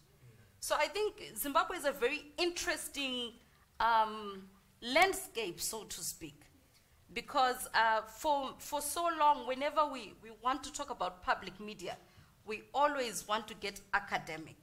I think maybe sometimes if we try to go with the lived experience and then took it from there, we may go a bit further than if we didn't. So with the political, with the elections, again, the Observer Mission said what they always say every year. You were biased, you were unfair, you didn't live up to the SADC guidelines, you didn't give people fair coverage, you didn't live up to journalistic values of accuracy, of balance, of fairness. How are you going to be accurate with a gun in your face? I was interviewing a radio journalist about the events of November. He says, look, my shift was over. And then I had a commotion downstairs. I didn't even know what was going on. Everybody was a bit confused. And he says, I got a WhatsApp. Says, the soldiers are beating us up downstairs. He says, I switched off the lights in my office. I locked. I hid under the desk the whole night. So for journalists that were caught up in that moment, their experiences are very different from the euphoria that you will see, that you will hear about. And if you know a journalist that was beaten up, you're not going to say, oh, I can go against a gun. The moment, General S.B. Moy is on the screen saying, media, we want you to report responsibly. He doesn't have to specify what responsible means. You're all just going to fall in line. So I find, and the expectation that after 2017, November 2017, the media landscape is going to be freer. It's all going to be roses and days. I find that to be spectacularly naive. So I think it takes a whole lot more than that. So I'm sorry, I'm going to stop now. Thank you. You can give thanks, Doctor, for a lot of these practical examples of the lived realities of the perception of a public media in Zimbabwe. And indeed, another point, you know, I would also just picking up from where you were discussing around censorship. I remember August 1 during the elections when there were demonstrations and the military got in. I switched on to our national broadcaster, the ZBC, and they were showing Tom and Jerry, while all other international channels were really going in depth and showing what was happening on the streets of Harare. So people had to rely on international media while watching cartoons on their own media. Before we open it up for plenary, I'm just going to give my panelists just another bite on further reflection. First to Isaac to say, what would you say are the challenges of public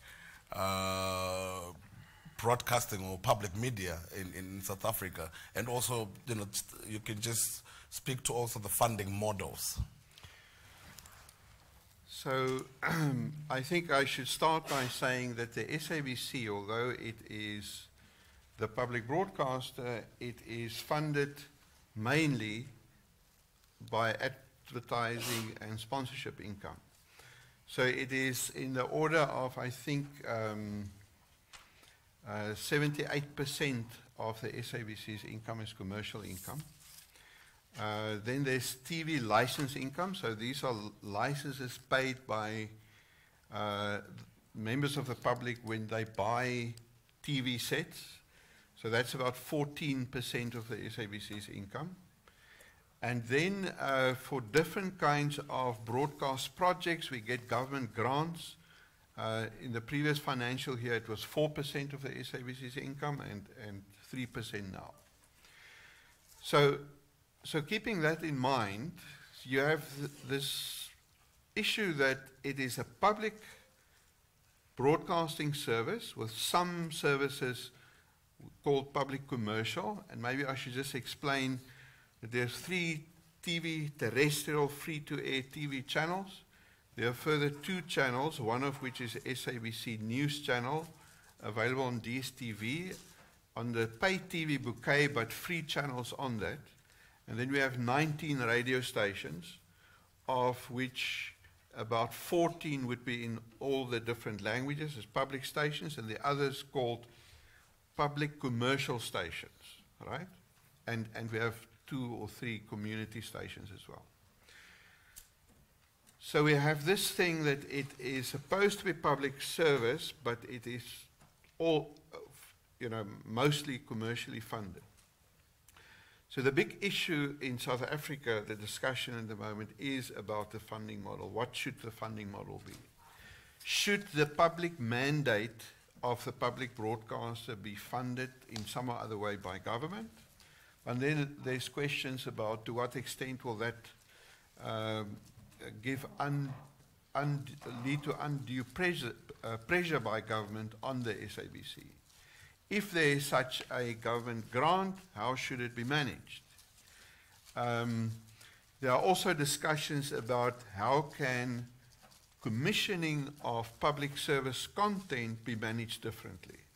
At the moment, it's mostly commissioned by the SABC, meaning the SABC would own the content, whereas one of the models that's been put on the table is to move towards a licensing model where the producers will keep the intellectual property of their content.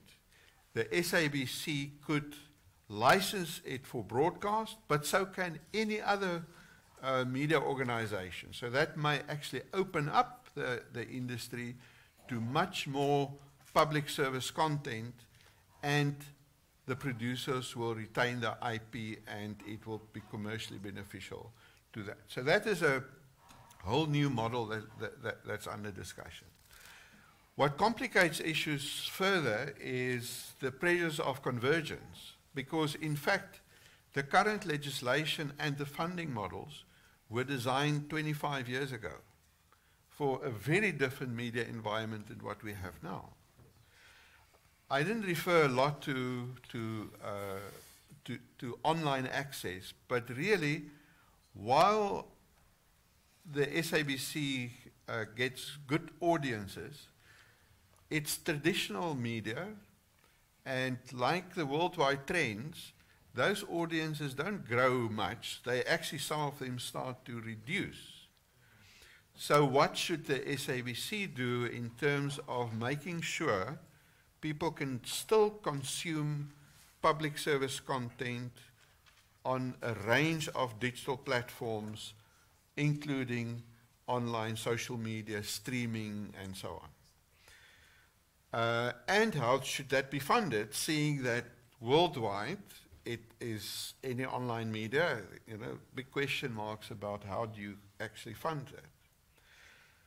So I don't think we yet in South Africa had an answer to all of these questions, but there's certainly a lot of debate in the public sector, in civil society, in government, in business, about sustainability of public service media, and we'll need to see where that discussion goes.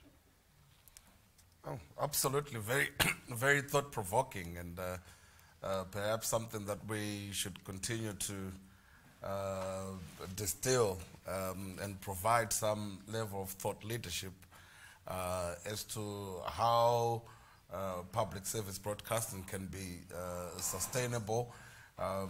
Because in my view, if 70% is commercially driven, it has its own form of opportunities, but also its fair share of challenges.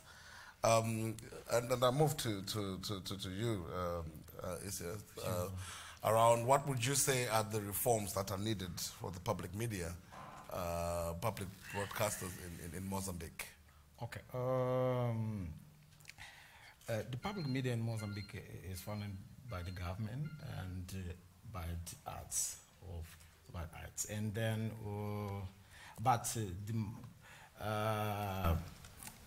the more money come from the government. The more money come from, because the arts, there are few companies who publish their service, all those things. And then the challenge of this system is, if the government is funding the public media, it gives more power to government to control. And it's necessary to change how the public media can be sustainable, in order to be a space where different opinions can be broadcasted, or a lot of people can come and debate different issues. What I think that is necessary today, how we can handle this thing, there are different opinions. I think that one of them is the way those people from the government, or the chairman of the public media, how he is appointed, maybe is way we can change, or the public media should not under control of the ruling party, but the parliament, and then everything, or the parliament should control, and not the government, because in the meantime, what we have is just the government is control, or the ruling party is controlling, and everything. If you're trying to do something wrong, which the ruling party is not happy, he will fire you, or he will do different things. I think that is a challenge, and I think it's necessary to. For me, it's necessary exactly to remove this kind of or the way the public media is funding. I think that is maybe is the right way, or is the way we can move forward.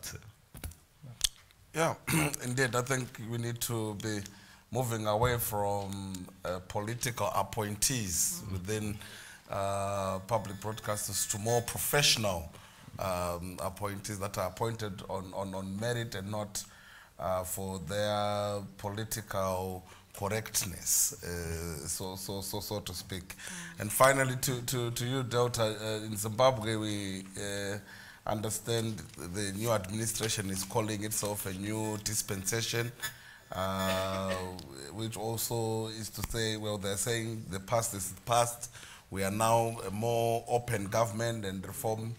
What are you optimistic about real changes to the media laws in the country and to a shift from state-controlled to public media?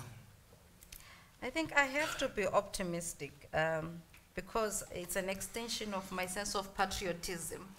But on a practical basis, we've had the current constitution since 2013, and we have not yet realigned many of the laws in media reforms. We have failed to repeal IPA, we failed to repeal POSA, we failed, to make any substantive changes on legislation that curtails the freedoms of the media.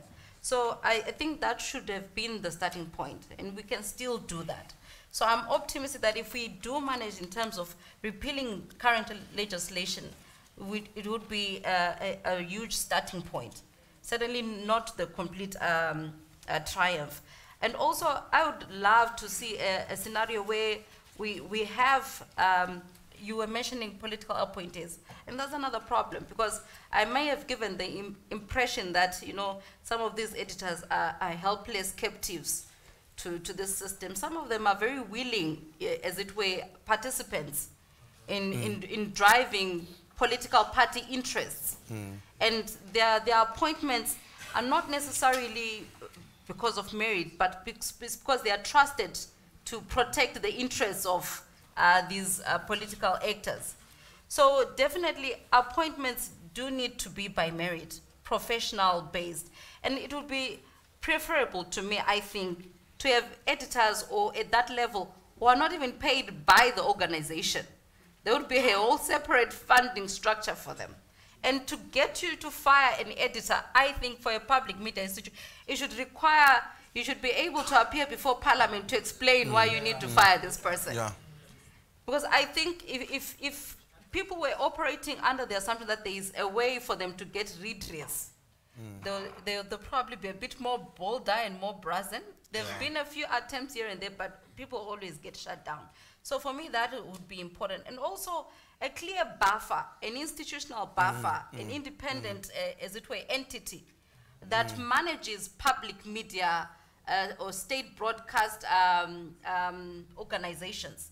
So a clear separation to remove them from the influence of the ministries and, political actors. I remember in 2016, in February, the Herald carried over 16 stories that were all blasting Jonathan Moy. And that happened at a time when Jonathan Moy had been removed from the Ministry of Information. And then the others, Anupiya faction, took control. I'm sorry, I can't give a backstory, but I want to make an important point.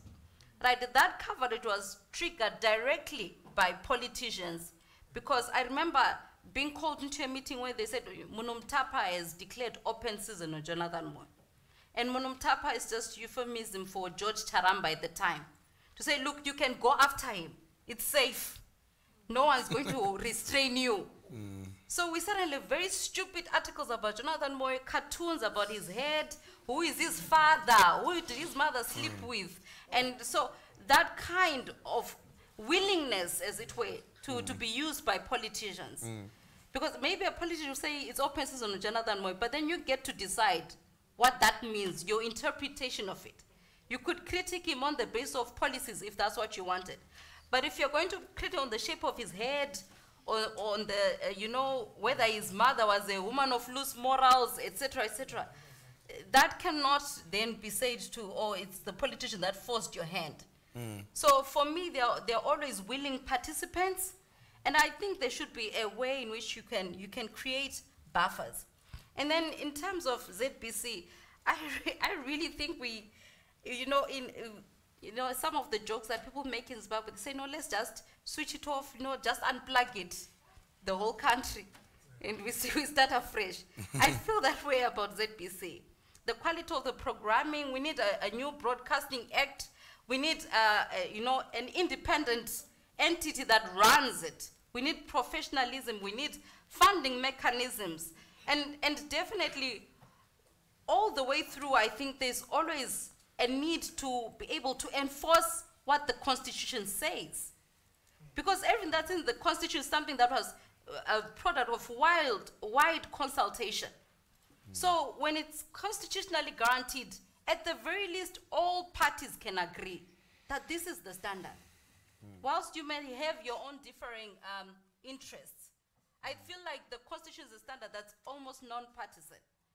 So we need ways of enforcing what we've already adhered to in terms of the Constitution. We need to enforce what we signed up to in SADC protocols and other regional and international statutes.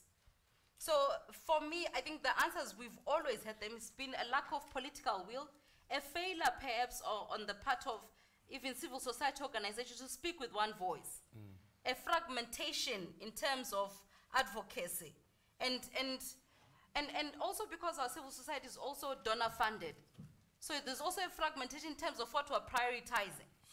So if the donor comes and says, now we're prioritizing, I don't know, sex work rights, or we're prioritizing gender, or we're prioritizing human rights, then it becomes so myopic. And over the years, we then lose whatever momentum we may have generated. So if the funders now come and say, okay, now we're prioritizing realignment and media reform, then suddenly there's a resurgence, as it were, to say, oh, okay, yeah, now we're the ones in the money. So for me, there's always that need to, I think, very clear to say what are our benchmarks. But because I think by now we should have been at least able to get IPA repealed or POSA repealed since 2013. And now we're in 2018. Thank you, Dr. Let's give our panelists a round of applause. I think you all have really delved into this topic and really did justice to it. At this point now, I will invite a round of questions, comments, any form of feedback around any issue that has been raised by these panelists. You kindly just let us know your name and perhaps where you're coming from and your contribution, questions, and to whoever it will be directed. Right, we've got one here and we've got another one there. Is that a hand? And one at the back. So yeah, we'll take those first three and then we'll just take the last round. Yes, yeah, please go ahead. Say he's got the mic. Okay. Yeah. Okay, so my name is Isaac Anyogo. I report for Business Day, a newspaper in Nigeria. So my question is to, the ladies, Ndo, right, from Zimbabwe. Okay, so in my country, when there are efforts to sort of silence the public broadcasters or even the media generally, the social media provides the alternative where the people can still get to hear what happens. So I'm trying to get a sense of what happens in Zimbabwe. Don't you have a situation where there is a national rally or an outcry from the media that can force the government to do what is right? Thank you. All right. We'll take the second question and contribution. I think you can actually just also walk up to that mic or something. Hello. Yeah, my name is Alberto Marino. I'm a senior reporter of the Ghanaian Times. In Ghana, we have a very strong media organization. My interest is still in Zimbabwe. We have the Ghana Journalists Association, which protects us so much from undue political interference, harassment from public servants. Do you not have an organization like that in Zimbabwe? Okay. Yeah. All right. There's another question at the back there. He was going to walk up to the mic. Okay. Yeah. Yeah, good morning. Thanks very much, moderator. Yeah, my name is Stuart Lisulo. I'm a journalist based in Lusaka representing Newsdiggers newspaper. We're a very small tabloid. So a couple of questions to the lady from Zimbabwe and the gentleman from South Africa. Probably the first one is a rider to the gentleman from Nigeria on social media, the advent of social media. 2017 was a massive year in your country in terms of what happened with former President Mugabe. On social media, has it become more relevant in your country in terms of reporting facts? Because there seems to be little faith in traditional media. So is it really a tool now that ordinary citizens can voice out using social media? And to the gentleman from South Africa, has the opening up of new broadcast media post-apartheid era, has it sort of enhanced South Africa's democratization process in terms of involving more people in elections, for instance? Thank you. All right. Yeah, we can start. Since you had only had one question, we can start with you. So yes, the answer is definitely so. But I should say, when you speak about radio, the SABC's public radio stations get about 72% of the total listenership to radio in the country. The commercial radio follows with 20%. Even though they are very popular in metropolitan areas and so on, the vast majority of the South African radio listenership would pick up particularly the language base. So we broadcast in more than 11 languages. And community stations would pick up around 8% of the total. But the fact that there's now a diversity of voices made a big, big difference. And you have different emphasis and different ways, if I may say, that fair and balanced coverage get done across the different media houses. So definitely so. I would, however, want to make one or two comments, if I may, Chair, on the issue of elections and generally public media. So the first one is about a recent development where the African Commission on Human People's Rights last year adopted what they call guidelines for access to information and elections in Africa.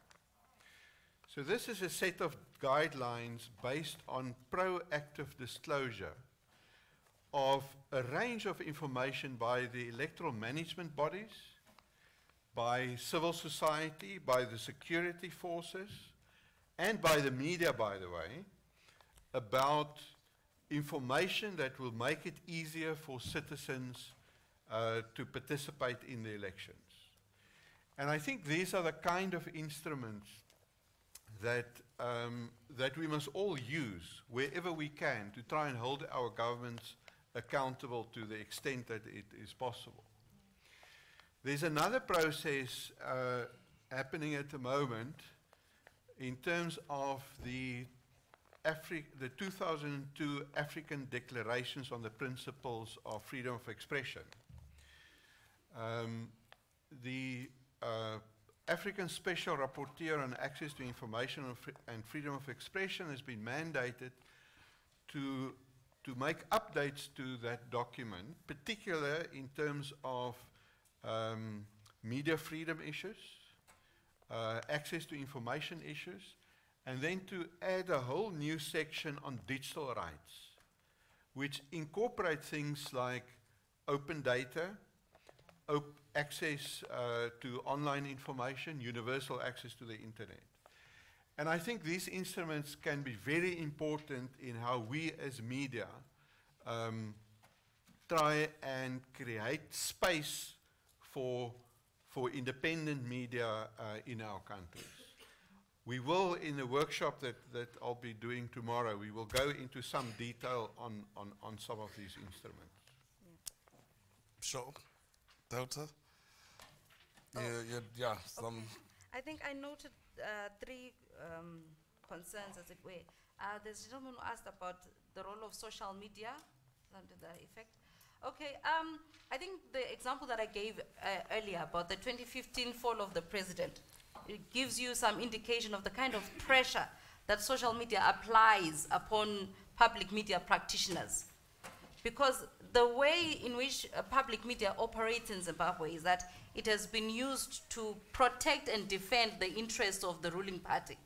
So wherever those interests are threatened, it is then used again to rebut, to offer a counter-narrative, so to speak. So social media has had the unintended consequence, I think, of placing a forced agenda on the public media. So whereas public media prior to social media is flourishing, could set any agenda it wanted, now social media can force it to respond to an agenda that's driven purely by the views that are online.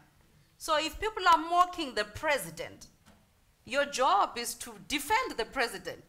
Now in defending the president, you then have to acknowledge that, yes, this is what's being said on social media. Because in order for you to rebut, you then have to tell people what it is that you're rebutting. So in that way, social media then forces those issues upon such individuals. So that's one way that social media, it has applied reputational pressure, as it were, or an agenda-setting kind of pressure on public media. And the other issue is, there's also the question of access, you know. Social media is widely used in urban areas, but in Zimbabwe, WhatsApp is the most common form of, I don't know if I want to call it social media, but for the purposes of this conference, we'll say social media. So it's most widely used, and that's where people share news articles, etc., etc. But this doesn't mean, especially with the current new dispensation, a very curious thing happened in November 2017, which is that it changed, or it transformed the dominance of voices online. In the 2013 elections, the dominant voices, the dominant sentiment was pro-MDC. And if you had a pro-ZANU-PF voice, you were likely to be drowned out by the voices. But now enter this new administration, and they've managed to harness social media in the most phenomenal way. Rallying people around this, they call it Varakashi. You know, President Mnangagwa said at a rally, you know, some of us were old, we don't know this internet things, we don't know the social media things. So you young people in the party, you know, go there into those social media spaces, mova rakasha. No, rakasha it's a Shona term. I don't know if it's got a direct translation, but the sentiment is go there and bludgeon them. You know, be there and then we found this interesting phenomenon of leading opinion shapers, influencers on social media platforms, you know, peddling pro-ZANU-PF messaging, pro-ZANU-PF sentiments, and I think it was very confounding. So, because these were people who were, prior to that, who were very anti-ZANU-PF. So that shift in sentiment, that shift in dialogue, that shift in narrative, you find that you're not guaranteed that you'll get a happy audience posting an anti-ZANU-PF message in 2018. In 2013, you'll probably get a lot of people rallying behind you. Now you might get pushback. Not just pushback, harassment, trolling, bullying. I mean, these people can drive you off Twitter. That's how determined. It's like an army of pro-ZANU-PF people. And I don't know how they did it, but it's phenomenal. So I want to just comment on the idea, you know, we romanticize social media. We think that it automatically favors those who love freedom, that, you know, it's inherently pro-democratic. No, it's open to anybody. You know, there's no homogeneity, so it's not one-directional. You're not always going to use social media to confront an authoritarian regime. They can also use the same tools to advance their own agendas. So that's what we see now in Zimbabwe. So we see voices of big media publishers like Trevor Ncube will say, look, I believe in what Idi is doing. You know, Idi is the person who's going to take us forward. You'll get people within the church, Shingi Munyeza, who will say, look, you know, we are behind what this government represents, what it stands for. And these are leading figures within society. You'll get individuals like Alois Naka, you know, just before and after the November events. No, these were harsh ZANU-PF critics. I mean, those who know me, I'm very firm, you know, full of conviction, fire, and brimstone. So, if you could take my fire and brimstone and then turn it to your purposes, you know, you would have quite an asset, if I must say so. So anyway, my point is, this is the caliber of people we are talking about. People who command thousands of followers on Twitter, on Facebook. So imagine that level of influence when it's reversed against the current of your pro-democracy interests or what you're trying to achieve. So we've seen that kind of shift in Zimbabwe. And then somebody mentioned, oh yeah, that there's an organization that stands up for journalists, something like that in Ghana. Yes, we have the Ghana Journalists Association. What do you have in your country? We have Zuj. It's impossible for any minister to arrest, to order the arrest of a journalist who writes an unfavorable good story. The president cannot order any of his bodyguards to arrest a journalist. The army commander cannot, because we have a very, very, very powerful organization. And it will be chaotic for any politician or public servant to antagonize it to such an extent. They won't survive it. Yeah, okay. The scenario in Zimbabwe is completely different. We do have the Zimbabwe Union of Journalists. We also have MISA. But I think part of it also, there's this concept, it's a psychological concept, it's called escalation of commitment. The idea that once you choose a certain course of action, even if it's disastrous, you'll stick with it because you just can't let it go anymore. So what we find in terms of people who work, especially in state-owned media or public, is the sense of escalation of commitment. To say, okay, we're already in the field now. They already call us, you know, they say we are butt lickers, we're already hated. So we might as well proceed in this course. So you find then it has seriously polarized the industry to the point where if a state media journalist is down on the receiving end of harassment or being beaten, people feel so happy. They're like, oh my God, yes. You know, you've been writing these things, supporting this government, now you're arrested, good on you. They should arrest your cockroaches, everything that you own. They should, like, there's this sense of delight, you know, when misfortune befalls a state media journalist. I think some years back, the Sunday Mail editor was arrested with 2 of his reporters over a story about some poaching or some rhinos or something, I've forgotten. Yeah, so anyway, they were being dragged to court every day. I mean, the pleasure. People were like, they took such pleasure, like, oh man, they're in handcuffs, serves them right now. Those people are devils. Because I think there's, state media journalists are low-hanging fruit in a nation that's aggrieved. You take out your grievances on the nearest, easiest target. And they are positioned in such a way where not only are they channeling, you know, content that is pro-ZANU-PF, they are propping up a regime that people feel strongly about. So they don't get those protections, as it were. But you do have Zimbabwe Union of Journalists and you do have MISA Zimbabwe, and they'll issue statements, say, no, as Zud, you know, we're not happy. This is wrong, bad, bad, bad. No, like finger wagging. But that doesn't really have much influence. And MISA also do the same, but that doesn't have much influence. I think part of it is that you're not going to get Zimbabweans who want to go on the streets because, you know, somebody has harassed a public media journalist. They will feel some kind of way about private media. They'll be like, oh, shame, you know, those people are suffering. You know, they tried so hard to fight for our rights. So they are the heroes here. So I think there's that element of who's the villain and who's the hero, who's deserving of support, who's deserving of us to go out of our way. I think we saw that with Evan Mawarire, you know, of the This Flag movement. That this was an individual who said, okay, who articulated the grievances everybody shared. And then when he was being harassed by the state, as everybody gets harassed who speaks up against the state, there was this move. People went to court for him. They were like, oh, if we're going to get arrested, we will be here. Because he was the kind of sympathetic victim of the state that they could rally around.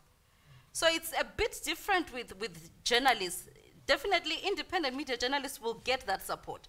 But there's little they can do within I think that's why I said we need to repeal certain laws. Because the state uses legislation to punish, to deter, and to harass. So in that sense, they have a legal right to treat journalists in that way. So at least if we repeal those laws, then we have a starting point. So yeah, we won't have that fuzzy relationship with, because I worked at state media, so yes, I was a victim of that. So I feel very strongly about these things. And then I think there was a final question that said social media and the facts or something like that. I think I've touched a bit on social media and what happened with these particular elections. But just to say, the thing with social media also was that it's easy for you to be anonymous. It's easy for you to spread disinformation. One of the things we saw was campaign posters being digitally manipulated. So unless you have a way of verifying it, you'll spread information that's not correct. We also had a new system, the BVR, so we had a lot of memes around that. That also creates a lot of confusion. So social media is a double-edged sword in many instances.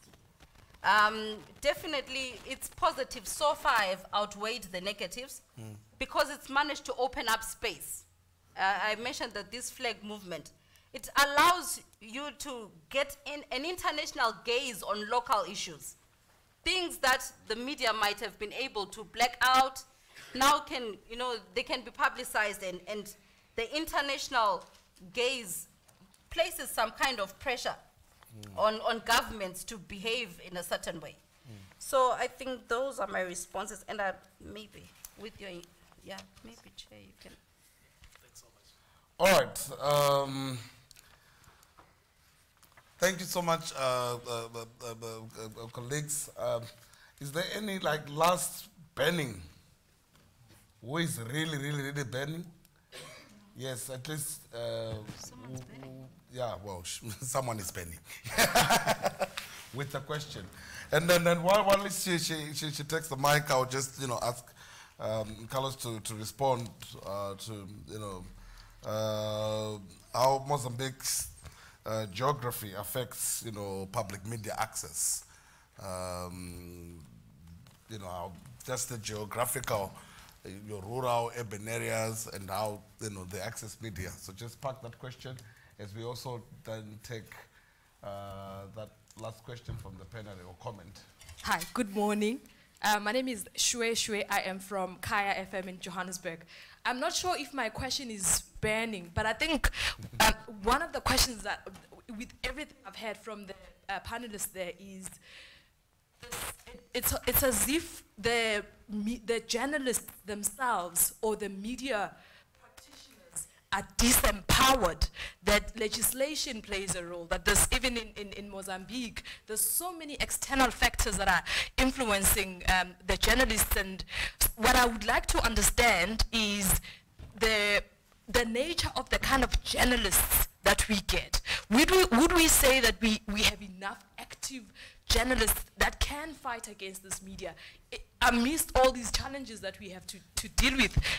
We have stories here in South Africa as well where journalists have been attacked. Is there no way that we can find journalists who themselves are the embodiment of what we would like to see our media as, outside of the factors that influence the way we do the work that we do? Thank you. All right, so Carlos, you go first.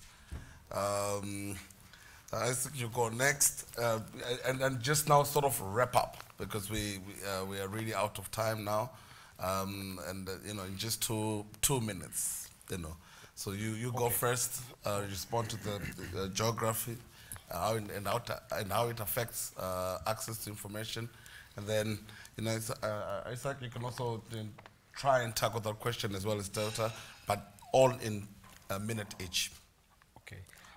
What can I say? What I can say is that if you look at Radio Mozambique, Mozambique radio broadcast, you find that that radios cover more than 95%, and it's published in different language. And I mentioned English and Portuguese and our national language, like different Changana and whatever. But when you go to television broadcast, you find that it's covered only 14%. It's because of the access of electricity is low in Mozambique. That's why only in the urban area people they can access televisions. That's and even the television is published in different language, Portuguese and different language, local language. And that's what I can say in terms of geographic situation. But if you're trying to talk about the private media, like print media, is all the majority of newspapers are in Maputo. That maybe in Beira and Zambezi you can find one newspaper, but the majority of them are in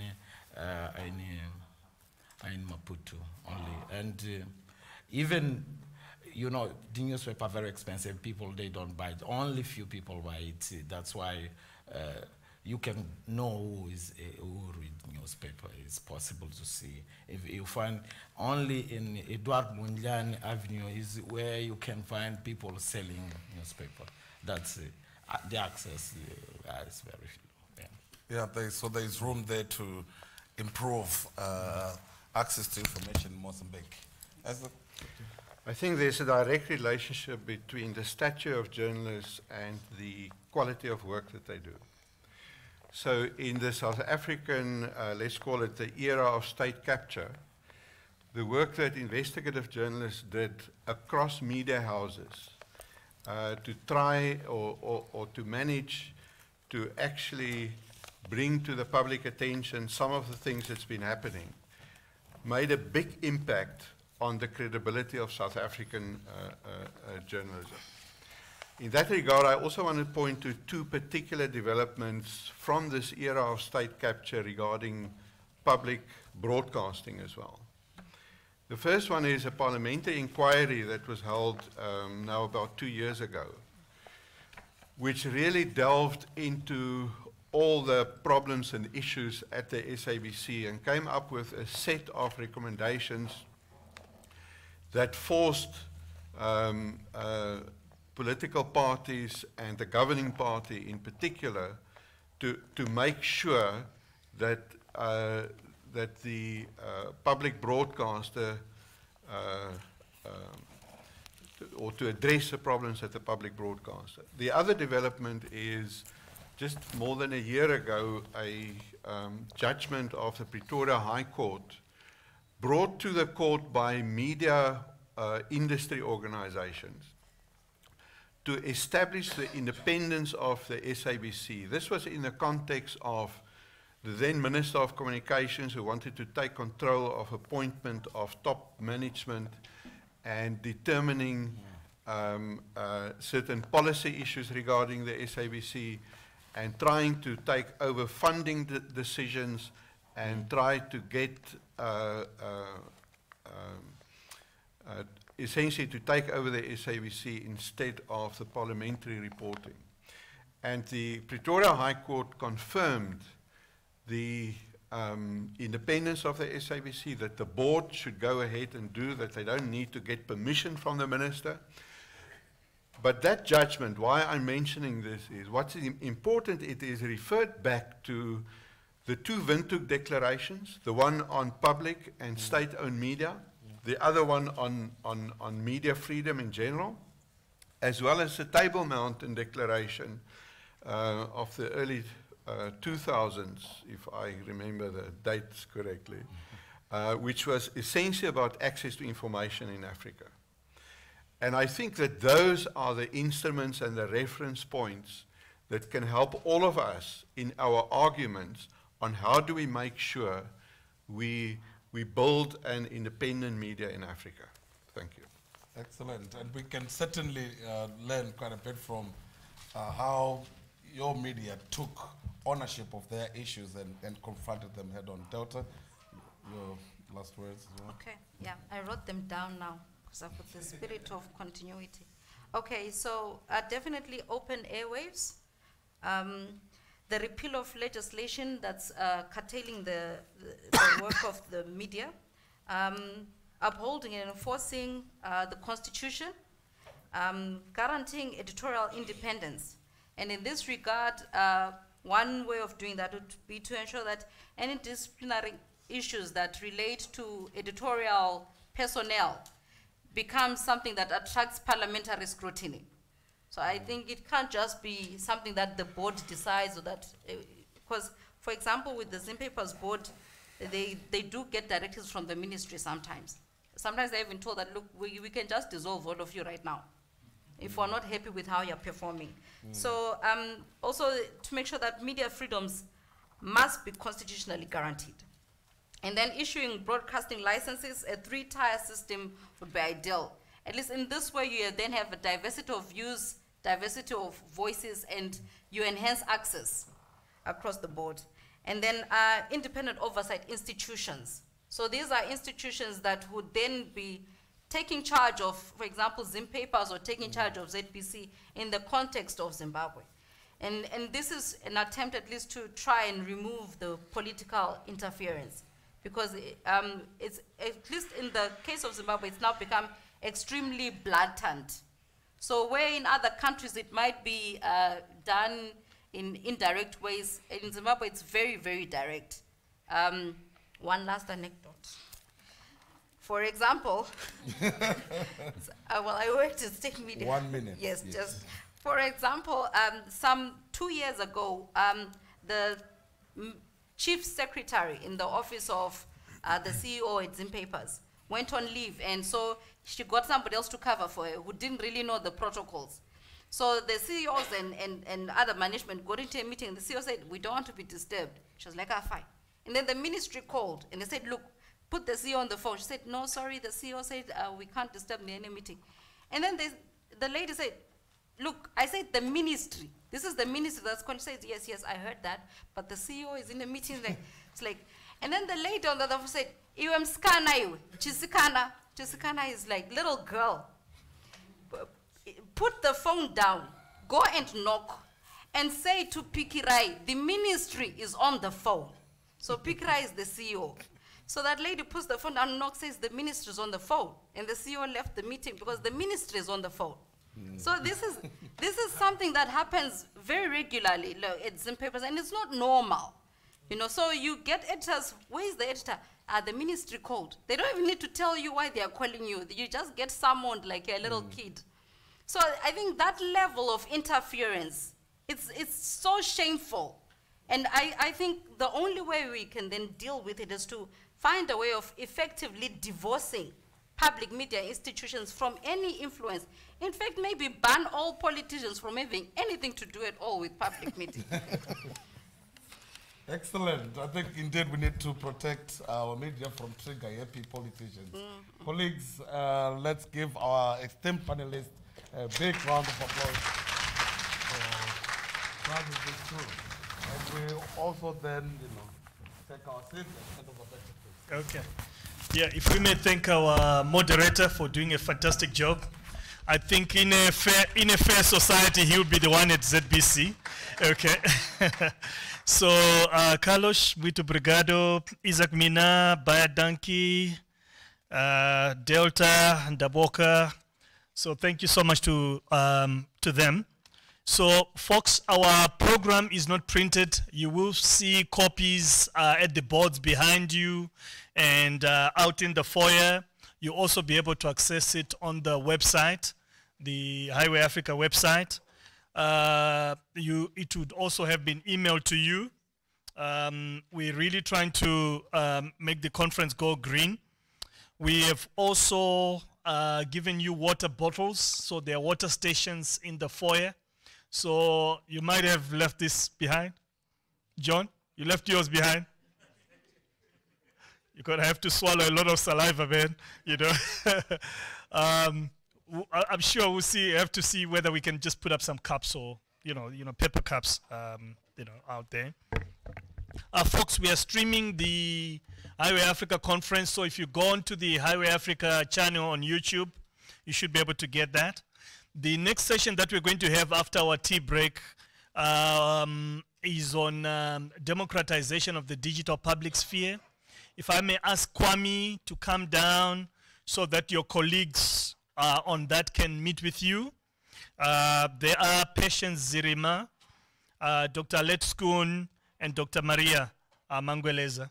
So if they are able to come down here and meet with Kwame, whilst the rest of us enjoy our cup of coffee, we'll be back at 11:45. So 11:45 we reconvene. Thank you so much for this morning.